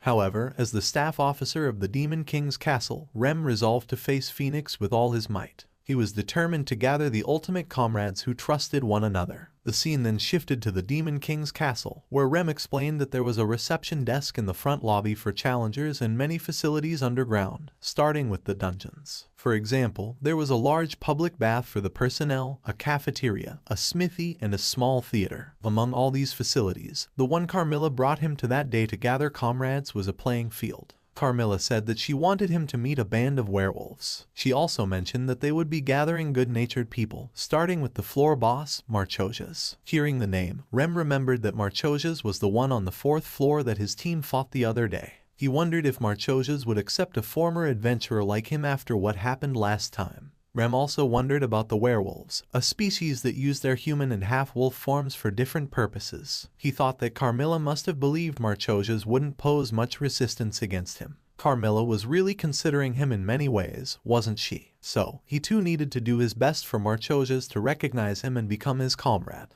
By then, they had all reached a large stone. Carmilla explained that it was the same as the raid logging stone and asked them to select the playing field as she would be going on ahead. Cashew was amazed to see the stone. Rem then asked Cashew if they should also go. Cashew responded with a yes. Rem then said that he would leave it to his secretary to decide where they were supposed to go. After entering the playing field, both Cashew and Rem were amazed. Suddenly, Rem saw many werewolves running, with their leader, Marchosias, commanding them to run as fast as they could. Marchosias explained that even if they were hit by dreadful black magic and lost half of their speed, they would be fine if they doubled their natural speed. Carmilla called out to Marchosias. He heard her and came over, asking if it was time for that. When Marchosias arrived, Rem was stunned by his incredible presence and realized what it truly meant to be the boss of level 4. Marchosias stared at Rem, causing him to feel scared. But to his surprise, Marchosias started smiling and patting him, saying that he was pleased to hear Rem would truly join their army. Rem introduced himself as Lemageddon. Marchosias asked if that was Rem's dungeon name. Right. He then expressed hope that they would get along well. At that moment, Rem wondered if he was truly welcome and realized that Carmilla must have expected this to happen. Marchosias even played with Cashew, which gave Rem relief as Marchosias seemed friendly and kind-hearted. Marchosias then shared that he thought Rem and that sword boy, Phoenix, were really incredible. Rem asked if Phoenix was certainly powerful, wasn't he? Upon hearing this, Marchosias became furious and angrily asked what Rem was talking about. Cashew got scared and hid behind Rem, who also took a defensive stance. Marchosias explained that the reason why the Hero of Flames praised them was because a black mage like Rem was with the adventurer team, and he had never seen such perfected magic before. He also asked Rem how much training he had accumulated at his age, expressing admiration for him as a man of honor. Rem noticed that Marchosias carefully analyzed not only Phoenix but also him, and he expected no less from the dungeon boss. Marchosias then mentioned that there was one thing he was curious about. Rem asked what it was. Marchoses asked why Rem had released the black magic that was cast on the hero of flames when they faced each other. Rem responded that in battle, Phoenix desired a fair one-on-one fight. Marchoses also agreed, waiting for the leader to arrive, as he could have easily defeated everyone except Phoenix if he had attacked them. Rem then asked if, considering that, wouldn't it have been disrespectful for him to get involved. Marchoses responded that as a man of honor, that was an incredibly fair view, but even so, what if the hero of flames had been defeated? Rem responded that Phoenix would never lose in a duel. Therefore, the choice wouldn't be about winning or losing but about whether or not he chose to respect Marchoses after the one-on-one was accepted. Hearing this, Marchoses first stared at Rem, but then suddenly started laughing, asking if Rem not only recognized his ally's victory, but also considered the enemy's dignity right. Marchoses then told Rem that, apart from a few exceptions, defeated monsters couldn't appear on other floors, so it would be problematic if Rem summoned them. He asked Rem if he heard correctly that Rem was gathering 72 comrades. Marchoses offered his candidacy to join. He also asked if Rem's plan was to fend off the Hero of Flames party and expressed his wish to challenge them again. He then told Rem that more than anything else, Rem had made him happy, and he asked if Rem would make a contract with him. After that, Marchoses transformed himself into his human form. Marchoses then extended his hand to shake with Rem. Rem responded that he hoped they would get along well. Marchoses laughed, saying it would make Rem and him brothers, and he also thanked Carmilla for bringing Rem to him. Marchoses told Rem that he swore to answer all of Rem's summons and lend his assistance at all times. He mentioned that he didn't know which floor Rem would be assigned to or how Rem would gather other comrades, but if Rem wished, he could also make use of his brothers. All the werewolves shouted with a yes, expressing their support for Rem. Seeing this, Rem happily thanked all of them. He shared that he would likely be stationed on the 10th floor, the final stronghold before the 11th, where the ruler of the demons resided, and he knew Phoenix would definitely reach him. Until that moment arrived, he would assemble comrades and prepare countermeasures. After that, Marchoses mentioned that 2 days later, the Hero of Flames would raid the 5th floor. Rem responded that they would have a new 5th member with them, so they should carefully observe the actions of the Hero of Flames team and plan accordingly. Rem also mentioned that he would be in the control room to analyze the battles. Marchoses laughed and told Rem that it might be scary to be Rem's enemy but reassuring to be his comrade. He then asked both Rem and Cashew to come back again. Cashew happily responded with a yes. The scene then shifted to 2 days later. Commentators on the live stream began discussing that the Hero of Flames party had gone to raid the Demon King's castle 5th floor, speculating on what kind of battle the Hero of Flames party would bring this time. When Phoenix and the others entered the room, some girls welcomed them, addressing Phoenix as master. This surprised and shocked them. The scene then shifted to the control room of the Demon King's castle, where Rem was having trouble completing a task. Rem then shared that on the day he met Marchoses, he also made acquaintances with many other monsters, and several of them formed contracts with him. These included the 1st floor boss Naberius, the Watchdog of Hell, and their subordinates Glacia Labolas, the Invisible Slaughterer. Then, there was the 2nd floor boss Camaris, the Great Spirit Commander, and their aide Lares, the Hunter of Dark Wounds. All of them were superior and reliable comrades. Rem also knew that all the monsters in the Demon King's castle were powerful, so he wanted to see how the new Phoenix party would fight them. The scene shifted to the 5th floor of the Demon King's castle. Seeing the cute girls in front of him, Alvar tensely asked if it was indeed the 5th floor of the Demon King's castle. Lily responded that she thought so. Meanwhile, Phoenix felt strange. Suddenly, the girl monsters started getting close to Alvar, asking if his sword was real and if they could touch it. Initially tense, Alvar slowly became seduced and responded with a yes, indicating he didn't mind. Phoenix was confused by Alvar's actions. Suddenly, he spotted the boss of that floor, Succubi, and realized it must be charm affecting them. Without wasting time, Phoenix shouted and asked everyone to get a hold of themselves. But he was too late, as they all were seduced by the monster girl's charm. Phoenix understood the succubus's ability to drain and steal mana, realizing he could resist it as the hero, but it was deadly for others who couldn't resist. At that moment, Bella, a newcomer to Phoenix's team, stepped forward and asked Phoenix to leave the matter in her hands, seeing it as her chance to showcase her abilities. Before Phoenix could respond, Bella used her magic to freeze down every monster girl. The succubi were also impressed by Bella's move. Bella told Phoenix that she had reduced the magical power affecting each of the monster girls. She then proceeded to bring everyone back to their senses. Meanwhile, Phoenix shared that Bella was the one who had made a contract with the spirit of water. Lily, after coming back to her senses, apologized for her carelessness. Alvar also shared that he felt like he had a hangover. Lucky asked if it was all a nightmare, as now he had to edit everything out except Bella's performance. The impregnable Demon King's castle, being the stronghold of the demons, must have monsters at their full potential. Encountering such strange monsters right from the first floor was certainly unusual. However, it was surprising to find succubi gathered on the 5th floor without a white mage. Everyone apart from the hero would have been drained. Lucky also mentioned that monster girls were rarely found outside dungeons, but were a true nuisance. Phoenix announced that Bella and he would lead the path. Bella responded that she would go first and await her leader's instructions. Phoenix was impressed by her and wondered how promising she was, sensing a strong hero quality in her despite being only 13 years old. When Bella moved forward, suddenly the monster girl that had been frozen broke free and attacked Bella. Bella was severely injured, but Phoenix saved her and tried to bring her back to her senses. Suddenly, a curtain moved aside, revealing a crest. Seeing this, Lily shared that the crest indicated it was a door to a safe room. Everyone was shocked, and Lucky asked if it was really close to the entrance. Phoenix responded that it meant they were facing a sudden floor boss battle right after entering the room on the 5th floor. A girl named Citri, the demon of love, emerged and warned them not to be careless. She explained that even though the strength of the monster girls decreased, if Bella reduced the magical power used against them, it wouldn't have adverse effects. Seeing them, Phoenix shouted that enemies were coming, so they should be ready. The fight started, and while fighting, Phoenix mentioned that the enemies have lost a lot of numbers due to Bella's ice pillars. However, against a charm like that, they could still get distracted.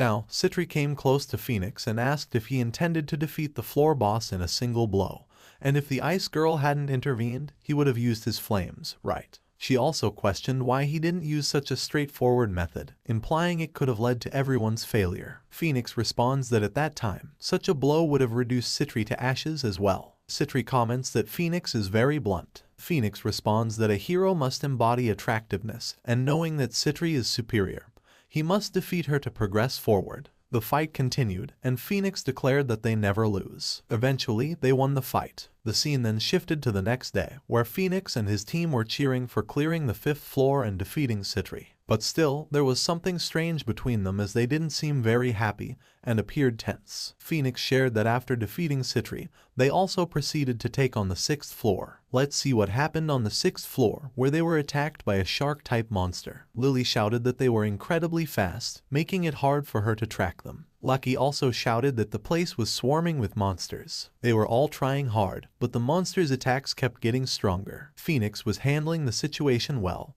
but everyone else was struggling. Phoenix asked them to take cover, but it was too late. Lucky got attacked by the shark monster, and Lily was attacked by the other monsters. Phoenix shared that once again, thanks to Bella's participation, they were all saved. However, he admitted that the 6th floor raid did not go flawlessly, as Lucky was devoured by the sea monster and Lily was forced to retreat. Even though they managed to clear the floor by defeating Vepar, the governor of water, it was evident that Alvar, Lily, and Lucky weren't able to manifest their powers as effectively as before. The scene shifts to the present where Alvar loses his calm and shouts, asking if they didn't find it strange that even though they strengthened the party, it didn't seem like much had changed. And even though Rem had the guts to quit, Lily tried to stop Alvar. But Alvar shouted and asked why Lily still planned to side with Rem at this point in time. He asked Lily if she owed Rem, and why she didn't say anything back then. Lily responded that she would never forget what Rem had done for her, but she couldn't support Rem to the extent of lying.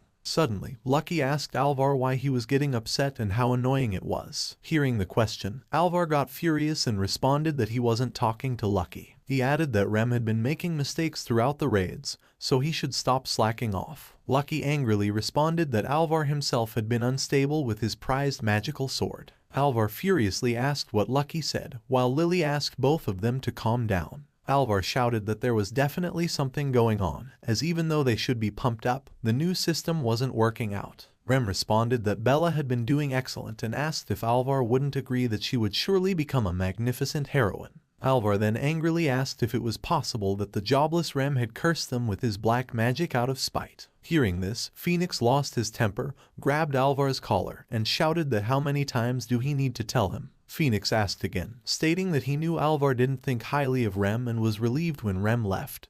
But that wasn't enough for Alvar. Phoenix also stated that even if Rem wasn't their comrade anymore, he was still his best friend. Phoenix asked Alvar if he thought Phoenix would laugh at his best friend being ridiculed. Phoenix then let go of Alvar's collar and told the other three that they were all the same in his eyes. He said he wasn't going to tell them to get along, but he would no longer forgive anyone for scorning a comrade. Lucky responded to Phoenix, agreeing that he was right, but also acknowledging Alvar's feelings. He mentioned that like Phoenix, they all wanted to become the best, but felt they had been stagnating, implying Rem lacked ability. Lucky also pointed out that Rem was Phoenix's best friend, implying that if Rem was prioritized for that reason, how could they get Phoenix to accept them? Phoenix was frustrated at that point because the debate came to the conclusion that his attitude was also a problem. However, there were reasons he couldn't explain Rem's powers to them, and the three of them didn't realize the blessing they had with Rem's presence. Phoenix told everyone that he had been watching over all his comrades since the beginning and believed that Rem was necessary. However, he didn't think he could gain their sympathies. Therefore, they shouldn't dwell on the past but focus on the future. Bella raised her hand and proposed for the future that, as they could expect, the 5th and 6th floors of the Demon King's castle consistently placed them against tough enemies. She also brought up the matter of affinity. So, even with that factored in, the three of them, Alvar, Lily, and Lucky,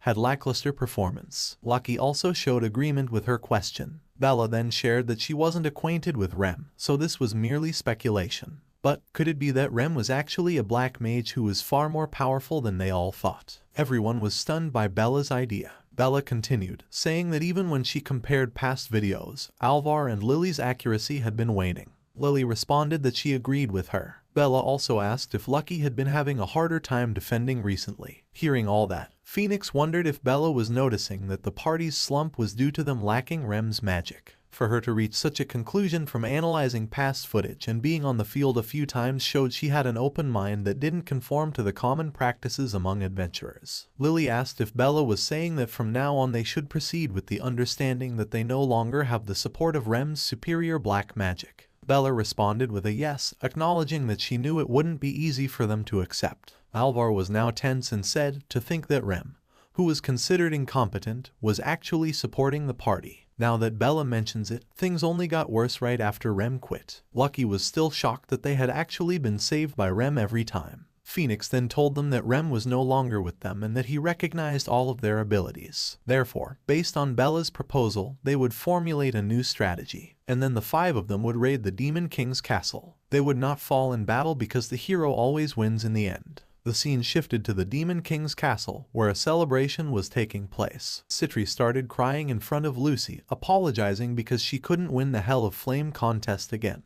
Lucy consoled her, saying that since she was up against the hero, it was okay because she did well. After that, Lucy asked Rem if the allies were gathering well for his first battle the next day. Rem responds that, thanks to the assembly, everything is going well. Lucy shares that it was his welcome party and that many people who were interested in him had gathered. She also mentions that there were probably some people there just for the free food. Hearing this, everyone looked at Forkas, who was eating continuously, and even she got startled hearing it from Lucy. Rem then shared that today was his welcome party, a private banquet held at the Demon King Army's favorite restaurant. The restaurant was filled with different species, and Rem was happy to be welcomed and thankful for such an opportunity. He felt this was a better way for everyone to remember him, rather than going around and greeting everyone formally. Lucy said it was a good opportunity to get friendly with everyone in the Demon King's army. Then Citri mentioned that she found Phoenix strange because he was hot, tall, and possessed the highest ranked spirit, a world number 4, who hadn't forgotten to respect demons. So, if someone were to say that Phoenix was the result of God creating the ultimate warrior, she would believe it. Rem thought he didn't mind his best friend being praised, as Phoenix wasn't the absolute strongest to begin with. But looking at him now, he couldn't help but reconsider. In the end, Phoenix defeated Citri with a single blow, and they quickly conquered the 5th floor. Phoenix steadily closed in on the 10th floor, where he was waiting. Meanwhile, Cashew was amazed by the food presented in front of her. Even Carmilla came over with a spoonful of food to feed Rem, like lovers do. Seeing this, Rem became tense and told her that he could eat by himself. Hearing this, Carmilla made a weird face and started acting sad, saying it would only be a bother for someone like her to do something like that. She also apologized to Rem, promising it wouldn't happen again. Seeing Carmilla's mixed expression of sadness and anger, Rem got scared and quickly responded that he would eat the food. Carmilla was happy to hear this. Cashew, who had been watching, was amazed and then tried to feed Rem too, looking embarrassed and blushing. Rem was also surprised to see Cashew coming to feed him. Suddenly, out of nowhere, Agars started shouting and asked Citri to get away from Lucy as she was about to eat pudding, and he didn't want anyone to get in her way. Citri responded that she was going to feed Lucy and called Agars annoying. Agars shouted back, saying it was indecent for any subordinate to cling onto their superior after failing their job, and they were witnessing it right in front of them. Citri then asked Lucy if Agars calling their relationship indecent didn't pull at her heartstrings. Lucy responded with a simple no. Citri replied that she thought it was too early for Lucy to feel that way. Seeing Citri, Rem noticed that she was smiling somehow, but he was sure that her failure was still weighing on her. Agars continued to get furious at Citri, so Citri asked Lucy to intervene and stop Agars from bullying her. Lucy asked Agars to stop bullying Citri like that, reminding him that she had already told him to address his own comrades by name. Citri agreed with Lucy and also asked Agars to consider whether he would scold Citri to first look at Carmilla and Rem. Right after he was inaugurated, Carmilla, Secretary Cashew, and Rem were rumored to have an indecent relationship. Correct. Carmilla furiously asked them not to speak about her while she was having a good moment. Citri furiously asked if Carmilla wasn't acting differently just because of Rem, considering they had been friends for much longer. She asked Carmilla to be kind to her as well. Carmilla responded that she was being kind, explaining that she was still speaking to Citri like this even with Rem present, showing how much she treasured their friendship immensely. Hearing this, Citri was surprised and asked Carmilla with confusion if she was telling the truth. Carmilla responded affirmatively, saying she loved Citri and that she was a remarkable child, asking her to keep being a good girl. Citri asked Lucy again if she was remarkable. Lucy tensely responded with a yes, acknowledging that Citri was indeed remarkable. Rem then shared that the four heavenly kings were somehow friendly with each other. Agars, having heard about Cashew somewhere, asked him if he was with his fellow companions. Rem responded with a no, to which Agars told him not to lie and reassured him it was okay. Rem also shared that Agars had formed a contract with him under some misunderstanding, but Rem had since corrected him. It was a different story for Agars to talk to Cashew, but the ruler of the demons had appointed him as one of the four heavenly kings. Rem was confident that Lucy was sensible enough to make such judgments, so he chose to leave it be. Rem then shared that afterwards, he met the person who wore the Black Knight's suit of armor. They had initially met while asleep, and he found out that her dungeon name was Furkaz. Furkaz asked him to provide her a meal each time she helped him, which was the condition of their contract. As Rem was returning from the party, Citri asked him if he could defeat Phoenix. Rem responded that he could, but only with everyone's help. Citri asked again if Rem was sure he was going to stop his own best friend from achieving first place. Rem responded that it wasn't relevant, as it would be an insult to go easy on Phoenix just because he was his best friend. He emphasized that they would fight with all their might. Hearing this, Citri was a little surprised and asked Rem to discuss it another time. She mentioned that if she was satisfied with his answer, she would consider making a contract with him. After that, Rem went to Cashew and asked her to let's go back. Cashew responded with a yes. Rem then asked if the party was fun. Cashew replied that she managed to get along with a lot of people. Suddenly, Lucy came over and asked if Cashew was a promising secretary. She also asked Rem if he managed to speak with everyone. Rem responded with a yes, saying it was all because of her. Lucy then said she would be looking forward to his battle the next day. Rem shared that he would do his best. Afterward, both Rem and Cashew said goodbye to everyone and headed back. While on the way, Cashew said that in the future she wanted to become a monster, indicating she had made that decision early on. Rem asked happily if that was so, then wondered about Cashew still being 8 years old, noting that in their country, children typically decided on their careers at age 10. So, he couldn't tell her that it's still too early for Cashew to decide her future. When he himself matured and became obsessed with becoming a hero, what advice could he give to someone who refused to give up, even after becoming a black mage? He decided that he would support Cashew for having a dream and pursuing it. Cashew then said she had a wish for him. Rem asked her to share it. Cashew responded that until she was an adult and had the ability to help him, she wanted him to stop forming contracts after 71 people. Hearing this, Rem thought about how it was the opposite of Carmilla, who wanted to be the first in the list of contractees. Cashew asked again if it was all right. Rem responded that it would be wonderful, as now he had one more thing to look forward to in life. Cashew asked if he was sure, and Rem responded with a yes. Cashew happily shouted that she would do her best after forming a contract with Rem. Both of them were very happy about it. After that, Rem wondered about the next day as he would have his first battle. The scene shifted to the staff room where Rem was ready with his new look. Lucy confirmed again if Rem was sure about it, as she had done everything he asked for. Rem responded with a yes, explaining that he thought it would be best since he decided to become a monster. He also thanked Lucy for making the costume perfect. Lucy praised him, saying he was a very strange person, and asked if he knew when a demon has one horn.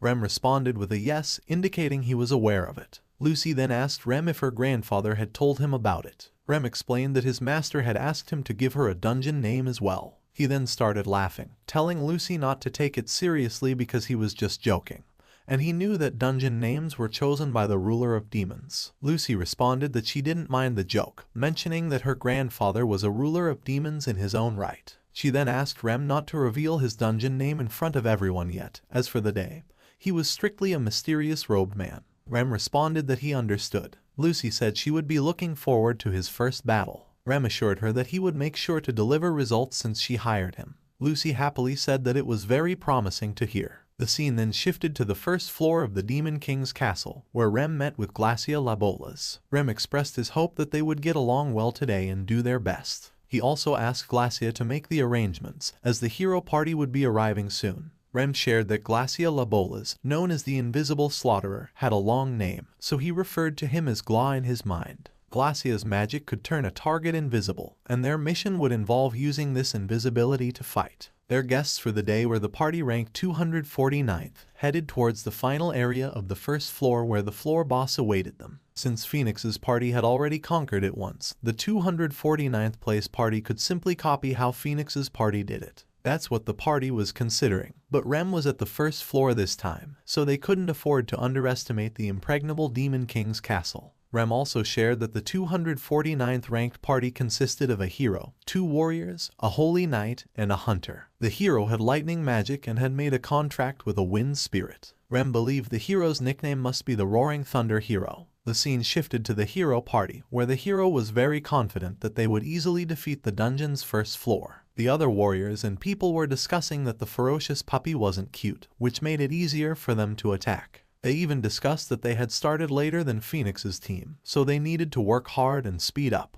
Otherwise, their party would be ridiculed by the audience. Hero shouted that they were fools for thinking that they would be attractive as long as they didn't have a trash can like a black mage. Hearing this, Rem was frustrated that the party was mocking him and acting like elitists. Rem then shared that their invisibility would be cancelled once they got close enough to their target, and it didn't work for magic. So, even if he made a conjurer invisible, their magic would still be completely visible. But that was precisely why black magic was perfect. It was invisible to the eye to begin with. Rem also mentioned that everything had gone as planned. He apologized to the phantom dogs that went ahead, explaining that he needed to sacrifice them to give the enemy a false sense of security during the fight. Rem started using his power to gather everyone's attention towards him. While doing so, he wondered what their impression was of him as the humanoid monster donned in black, leading the phantom dog pack, suddenly appearing behind them. The party was a bit surprised to see Rem, confusedly thinking that perhaps the floor wasn't a watchdog territory. They wondered why rank 4 broadcasters hadn't broadcasted such information, leading them to believe Phoenix's party had never encountered such a demon. Slowly, the watchdogs started approaching the party to attack, but the hero asked them to stay alert, suspecting it might be a trap. Rem thought the Holy Knight was right. Initially, the party had planned to copy Phoenix's team, but now they understood it was pointless to do so. However, what if there was an even more obvious factor? It would be problematic if he turned invisible and withdrew at that moment, right? Just then, the hero of the 249th party shouted and asked his teammates to catch the black-robed man before he disappeared. Rem shared that heroes were chosen beings with superhuman powers, and they couldn't imagine falling behind to a monster who wasn't even the ruler of the demons. So it meant that the hero of the 249th party wouldn't be satisfied just staying at 249th place. Everyone on the 249th ranked team started running towards Rem to catch him. But at that moment, Rem used his magic and 2 of them got stuck in place. They started shouting that something had happened and they were unable to move. Seeing this, a girl tensely asked the hero if they should save them. But the hero asked her to leave, explaining that the caught ones were holy knights and capable of handling 5-6 puppy-sized dogs alone. They were having a very hard time. At that moment, Rem wondered how he couldn't allow his identity as Lemageddon to get exposed on the first day. So, he didn't want to reveal that a powerful mage was on the first floor, and thus he had dealt with that problem as well. The Holy Knight thought that there was a phantom dog who knew how to use black magic, and the control of the black-robed demon was different from the others. He considered prioritizing the attack on the one with black magic, but couldn't find him. Rem felt pleased, thinking it seemed the boy had fallen into his plan, which originally would have been difficult. However, there were many phantom dogs capable of using black magic, so the hero focused on the invisible enemies first. The boy with glasses was attacked by the phantom dogs, but before being knocked down, he shouted that it was a trap. Suddenly, after a few seconds, that boy disappeared from there. They were surprised to see him vanish, realizing they had fallen into a trap and couldn't do anything about it. Rem noticed that even when the hero was on the verge of losing, he didn't go to help his own friends. Rem shared that Phoenix and the others used the raid strategy of progressing together as a team.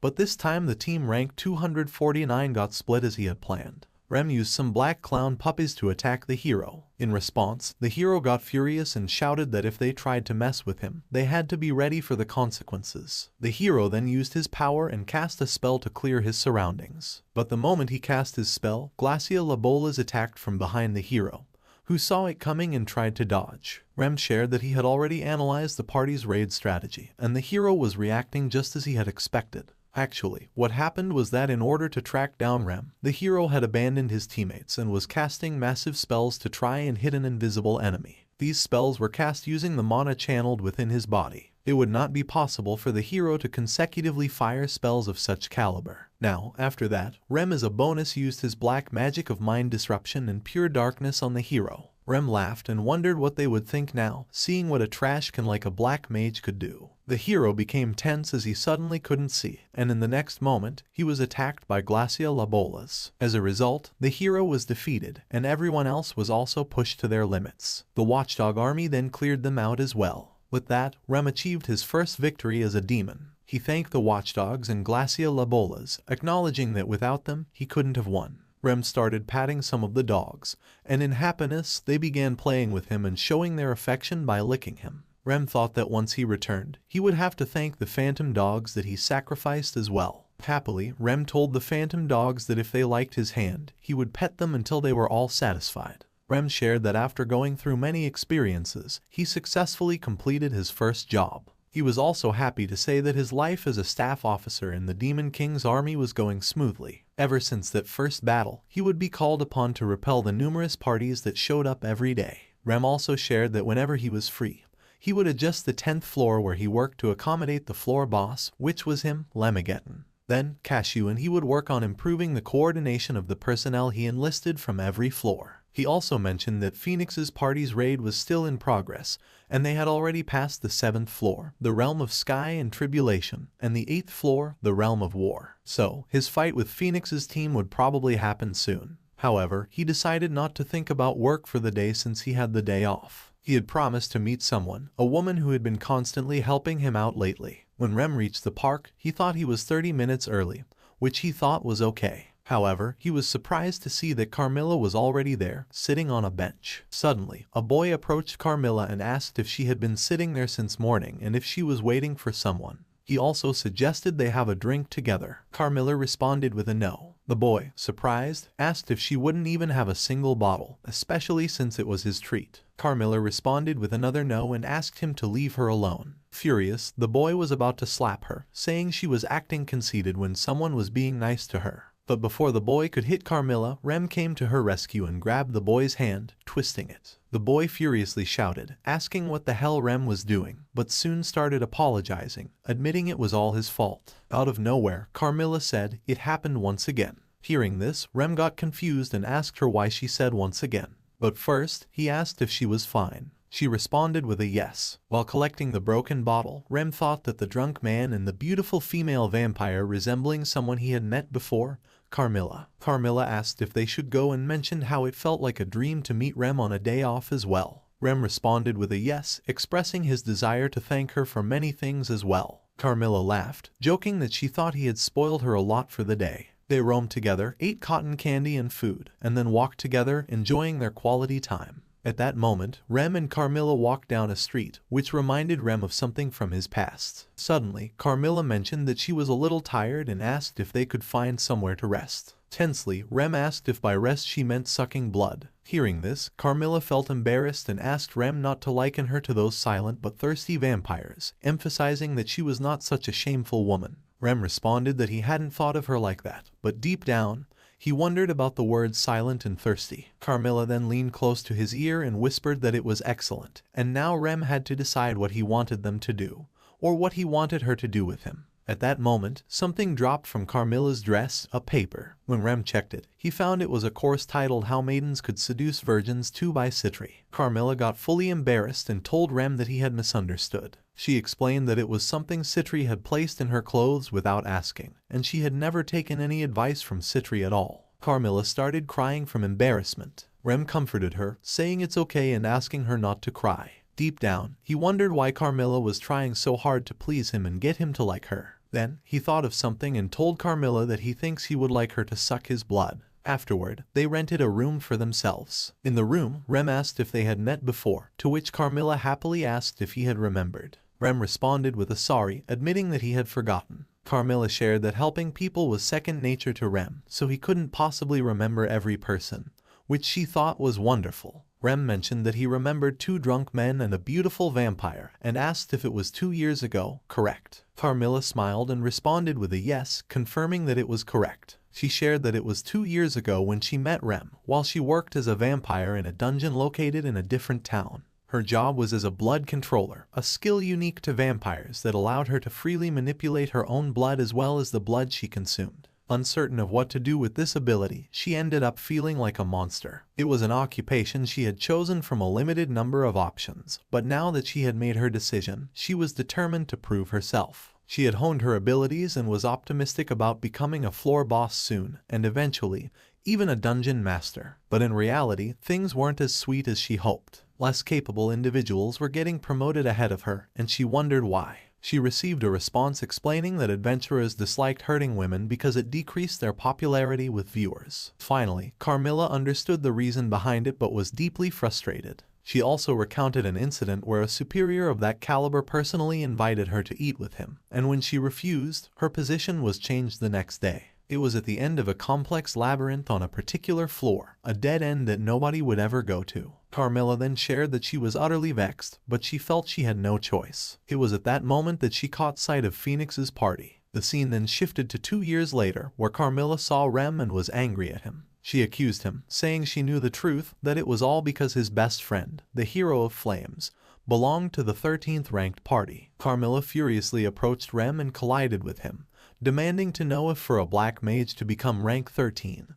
they just needed to have a hero as a friend, right? Rem focused on Carmilla, but surprisingly asked if she was staggering and if she would be alright. He also asked if she didn't have anyone with her. Carmilla was confused as to why Rem wasn't angry. When Carmilla was walking outside, she was approached by a drunk man who asked if she was okay because she seemed pretty off. He suggested she should take a rest somewhere. Carmilla turned back and responded that she was alright.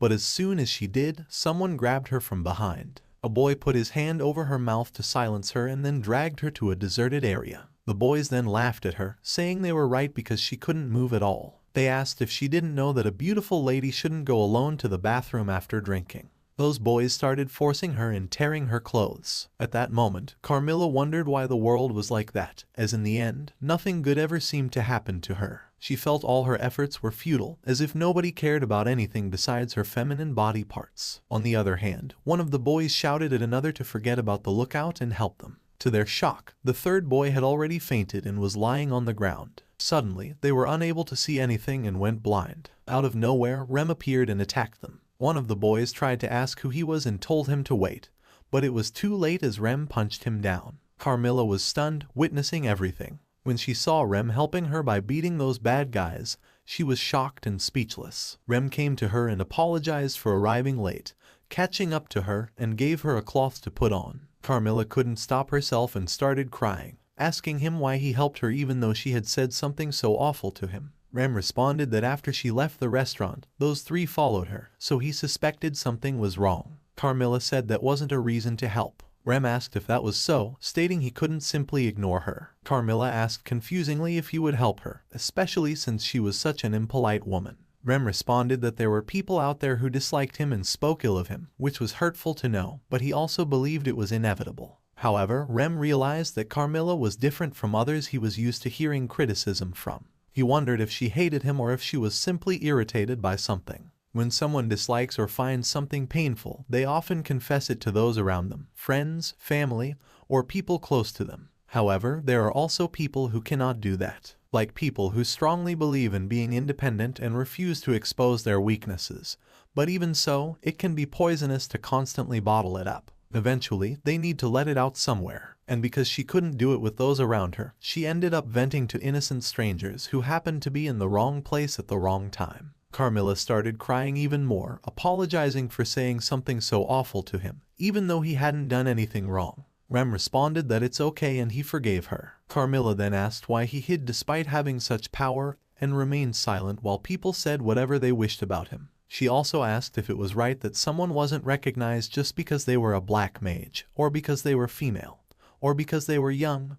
Weren't those reasons ridiculous? Rem responded that yes, she was right, but she was the one who had exposed herself to the wrong system. He asked if it was easy to give up, but she must have been suffering because she refused to do so, right? Carmilla asked him about his reason for not giving up. Rem responded that in his case, it was because he had a dream. He could put his all into it because he had a goal that he had decided for himself. Rem also said that he admired people who refused to give up during challenges. However, if she felt she was reaching her limits to that extent, it might be better for her to consider changing her approach, and she could walk away from what she disliked, not as an escape but as a retreat. Rem also shared that knowing her, he was confident she could find the right place to challenge herself next, although he wasn't exactly sure where, so he apologized. Carmilla, while crying, responded with a thank you to him. The scene shifted back to the present where Rem asked if ever since then she had become his fan, right? Carmilla responded that it might sound strange just because he helped her once, or maybe there's no such thing as becoming a fan. She didn't know how to express it, but it felt like she had been blessed. Rem shared that he wanted to become a hero, but despite all his efforts, he felt far from achieving the hero he had dreamed of becoming. He often wondered if it would all be futile in the end, especially for a black mage like himself. But now he thinks there is hope, as he helped Carmilla back then and 2 years later, Carmilla saved him. So he believes that there is always a proper way for someone to conduct themselves, and that they may be rewarded in unexpected ways for it. He also thanked Carmilla, as now he could work at the Demon King's castle and pursue his dream of becoming the hero of the demons. He expressed his gratitude to her, acknowledging her as his benefactor. She blushed when she heard it and pushed him onto the bed, asking why she was so kind. She also wondered if it was okay to sink her fangs into him and penetrate his body. Rem happily responds with a yes. She then begins to suck his blood. Afterward, Rem asks if it seems like they've been talking all the way until the morning, right? Carmilla then asks if he knew about the term sleepover friend, which refers to someone who sleeps with another person without inviting them to engage sexually. She suggests changing sleep to girl but kindly asks Rem to decide what they should call themselves for now. Rem asks to confirm whether he has to decide. Carmilla happily responds with a yes, saying it's something for him to decide. Rem then asks if she doesn't detest sexism. Carmilla responds that she does detest sexism, but he was the only exception and the only one special to her. She then asks if he was against sexism. Rem pulls her close and says that he wasn't against it, and they start their romance. The scene shifted to a hotel where everyone was celebrating Rem's re-employment. They had beer together, and after a while, Blitz asked Rem to reconsider getting re-employed at the Demon King's castle. Rem responded that he was faring better in the Demon King's castle than he had expected. Carmilla added that it was an understatement, as Rem was their savior, their hero. Blitz asked if Rem knew about what happened the previous day, mentioning the raid by the Roaring Thunder hero party. Rem responded that it was his first offensive campaign. Blitz mentioned that he knew Rem cast magic on everyone, just like he did with the purse snatcher before, and asked if it wasn't amazing how it worked on heroes as well. Carmilla agreed, saying it was indeed seriously amazing. Rem laughed, which made Carmilla angry, and she asked him why he was laughing. Rem didn't say anything in response. Carmilla commented that it was mean of him. Rem apologized, and Carmilla forgave him. Blitz shared that he thought they both seemed to be on good terms. Carmilla responded that Blitz had a keen eye, as it was correct, they were on good terms. Rem also agreed, saying yes, they were getting along well. Blitz asked if it wasn't nice, noting that even though Rem was easy to approach, He tended to keep his distance from people he knew. Blitz also jokingly shouted at Rem, saying he still considered him the shopkeeper for the time being. Rem sadly apologized. Blitz reassured him, saying he wasn't upset, just encouraging him to open up more. Suddenly, a boy approached them and asked if they had a moment. Then the boy called out to Rem. When Rem turned to look at him, he was shocked and asked how Ariel had come to find him. Rem explained that Ariel was the boy's name, and like Phoenix, he was one of only 2 in their generation who had made contact with the 4 great spirits. Ariel was also the leader of the #1 ranked party. Ariel asked Rem how he had been, mentioning it had been a while since they last met. Ariel admitted he had been looking for Rem, which had proven rather difficult. Rem tensely asked why Ariel was looking for him. Suddenly, Rem became more tense as nearby people started to recognize Ariel, but fortunately, everyone dismissed it as a confusion. Rem shared that it was a close call, as it would have been problematic if there was a commotion about the Tempest hero being in a place like that. Rem also shared that he could cast black magic almost reflexively on people within his field of vision. Reporters swarmed in to try to interview him after his withdrawal, but not a single one of them could see him. And that's because he cast confusion around himself at a level that obscured his existence. However, people of Ariel's caliber would be able to resist it. This meant that he had been effectively hiding his whereabouts using confusion, and he could assume that Ariel had been constantly using magic to find him, operating under that assumption. Ariel then introduced himself to Carmilla and Blitz, mentioning that he worked as an adventurer. Ariel also asked Blitz if he was Rem's friend. Blitz responded with a yes, saying he was a huge fan of him, and asked Ariel if he could get an autograph. Ariel agreed and gave an autograph on Blitz's t-shirt. Blitz happily said he was glad to be friends with Rem, and after getting the autograph, he started celebrating. Ariel laughed and asked Rem if he had a pleasant friend, suggesting he might have had great encounters since coming to the new town. Rem responds with a yes, agreeing that he thinks so too. Ariel then asks if the young lady Carmilla was a vampire, to which Carmilla responds with a yes. Ariel then asks Rem if Carmilla wasn't a magnificent woman,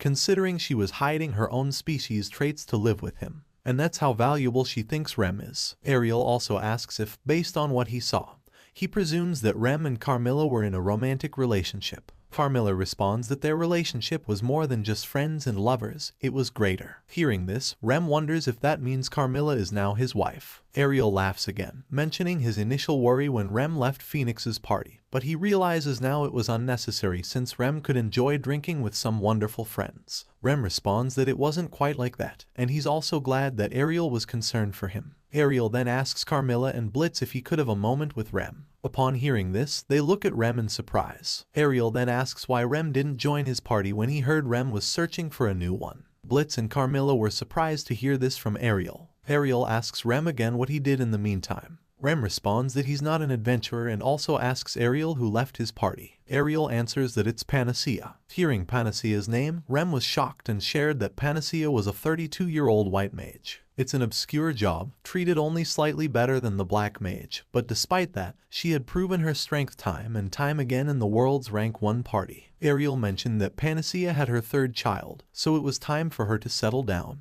Rem then asked if he could be a substitute for Panacea. Ariel responded with a no, stating that Rem would be a permanent member and not a temporary replacement. Rem, upon hearing this, wonders if he really was going to be a member of the rank 1 party. He then asks Ariel why they chose him. Ariel asks if it's strange for Rem, considering he was the black mage of the world rank 4 party, right? When he came into this establishment, he found Rem's black magic truly spectacular. Furthermore, he found Rem's power unfathomable. Ariel then asks if Rem knew about Lucifer, the ruler of the demons. Rem wonders if Lucifer was his master, a fact he couldn't share with everyone. Ariel shares that during the raid wars when he was a newbie, he participated in dungeon raids with several parties, but he felt a chill go down his spine at the sight of Lucifer, who was unlike any other. So, when Ariel first saw Rem, for an instant, he felt the same chill down his spine. Rem was stunned to hear this, realizing that Ariel was sharp enough to not only recognize the fact that he and Lucifer had a master-student relationship but also to sense a bit of his master in him. For Ariel to perceive this despite Rem hiding it, it truly showed why Ariel was the world rank 1. Ariel then, before leaving, expressed readiness to welcome Rem and said he would wait for him for 1 week. Blitz happily asked Rem if it wasn't incredible that he would become rank 1. Carmilla, with a fake smile, also commented that it seemed there were adventurers who knew of Rem's magnificence. Carmilla congratulates Rem, saying that although their time together was short, it felt like a dream to her, and she would never forget him. Rem asks Carmilla if she really thinks he will accept the offer. Carmilla looked surprised and asked if Rem originally aimed to become rank 1 as an adventurer, and whether Lemigeton, who hides his face, wasn't the hero he yearned to become as a child. Rem responds that the dream Carmilla mentioned earlier wasn't his second choice. He then holds her hand and runs towards Ariel, asking Blitz to excuse them for a moment. Rem calls out to Ariel to stop. Seeing Rem, Ariel asks if Rem has already made a decision. Rem responds with a yes. Ariel expresses happiness upon hearing that Rem has made a decision. Rem responds that he is grateful for Ariel's invitation, but he would like to decline. Ariel asks if he may know the reason for Rem's decision.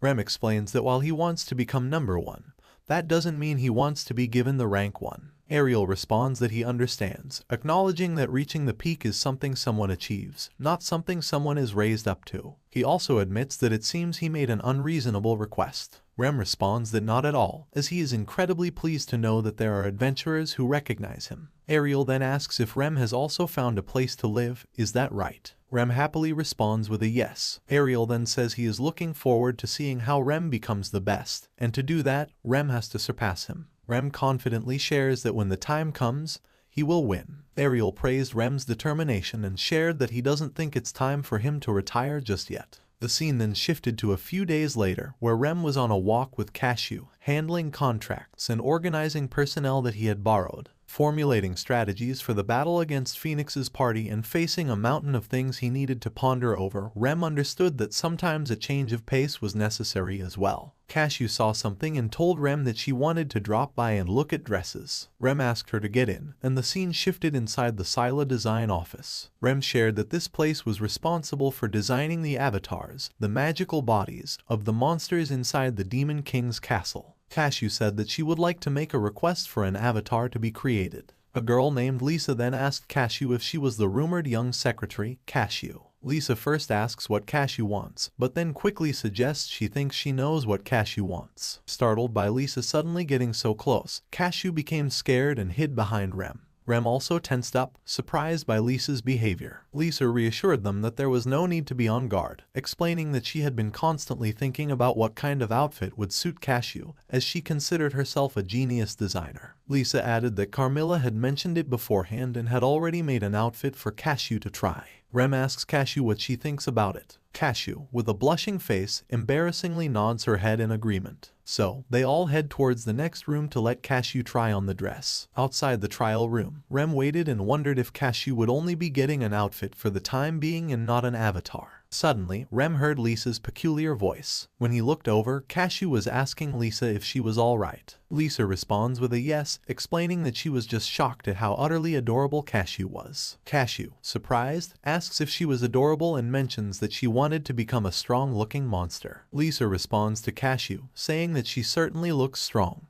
But the important point is that in situations like this, having the right behavior is just as crucial as having the right outfit. Cashew then emerged from the trial room and playfully roared in front of Rem, saying she was going to munch on him and tear him to pieces. Behind Cashew, Lisa was lying on the ground, completely captivated by Cashew's cuteness. Even Rem was amazed by Cashew's cuteness. Rem then asks Cashew if she found it fun. Cashew responds with a yes. Rem also asks if she would like to have some sweets at a cafe next. Rem is happy to hear about the sweets. After that, Rem shares that he managed to pass that day happily, without any worries, and it's all thanks to Cashew. Since then, a few more days passed, and Phoenix's party, which had already broken past the 9th floor, would advance to the 10th floor the next day. In the next scene, Rem was lying on the bed, watching videos of battles and thinking about his final decisive battle the next day. Suddenly, someone knocks at his door. Hearing the sound, Rem wonders who it could be. When Rem opens the door, he is shocked to see Phoenix standing there. Phoenix confirms it's him, and Rem reacts with a look of surprise or dismay upon seeing him. So, what do you think will happen next? What role will Phoenix play in Rem's future decisions and battles? And what challenges will Rem face in his final decisive battle against Phoenix's party? Stay tuned to find out on the channel.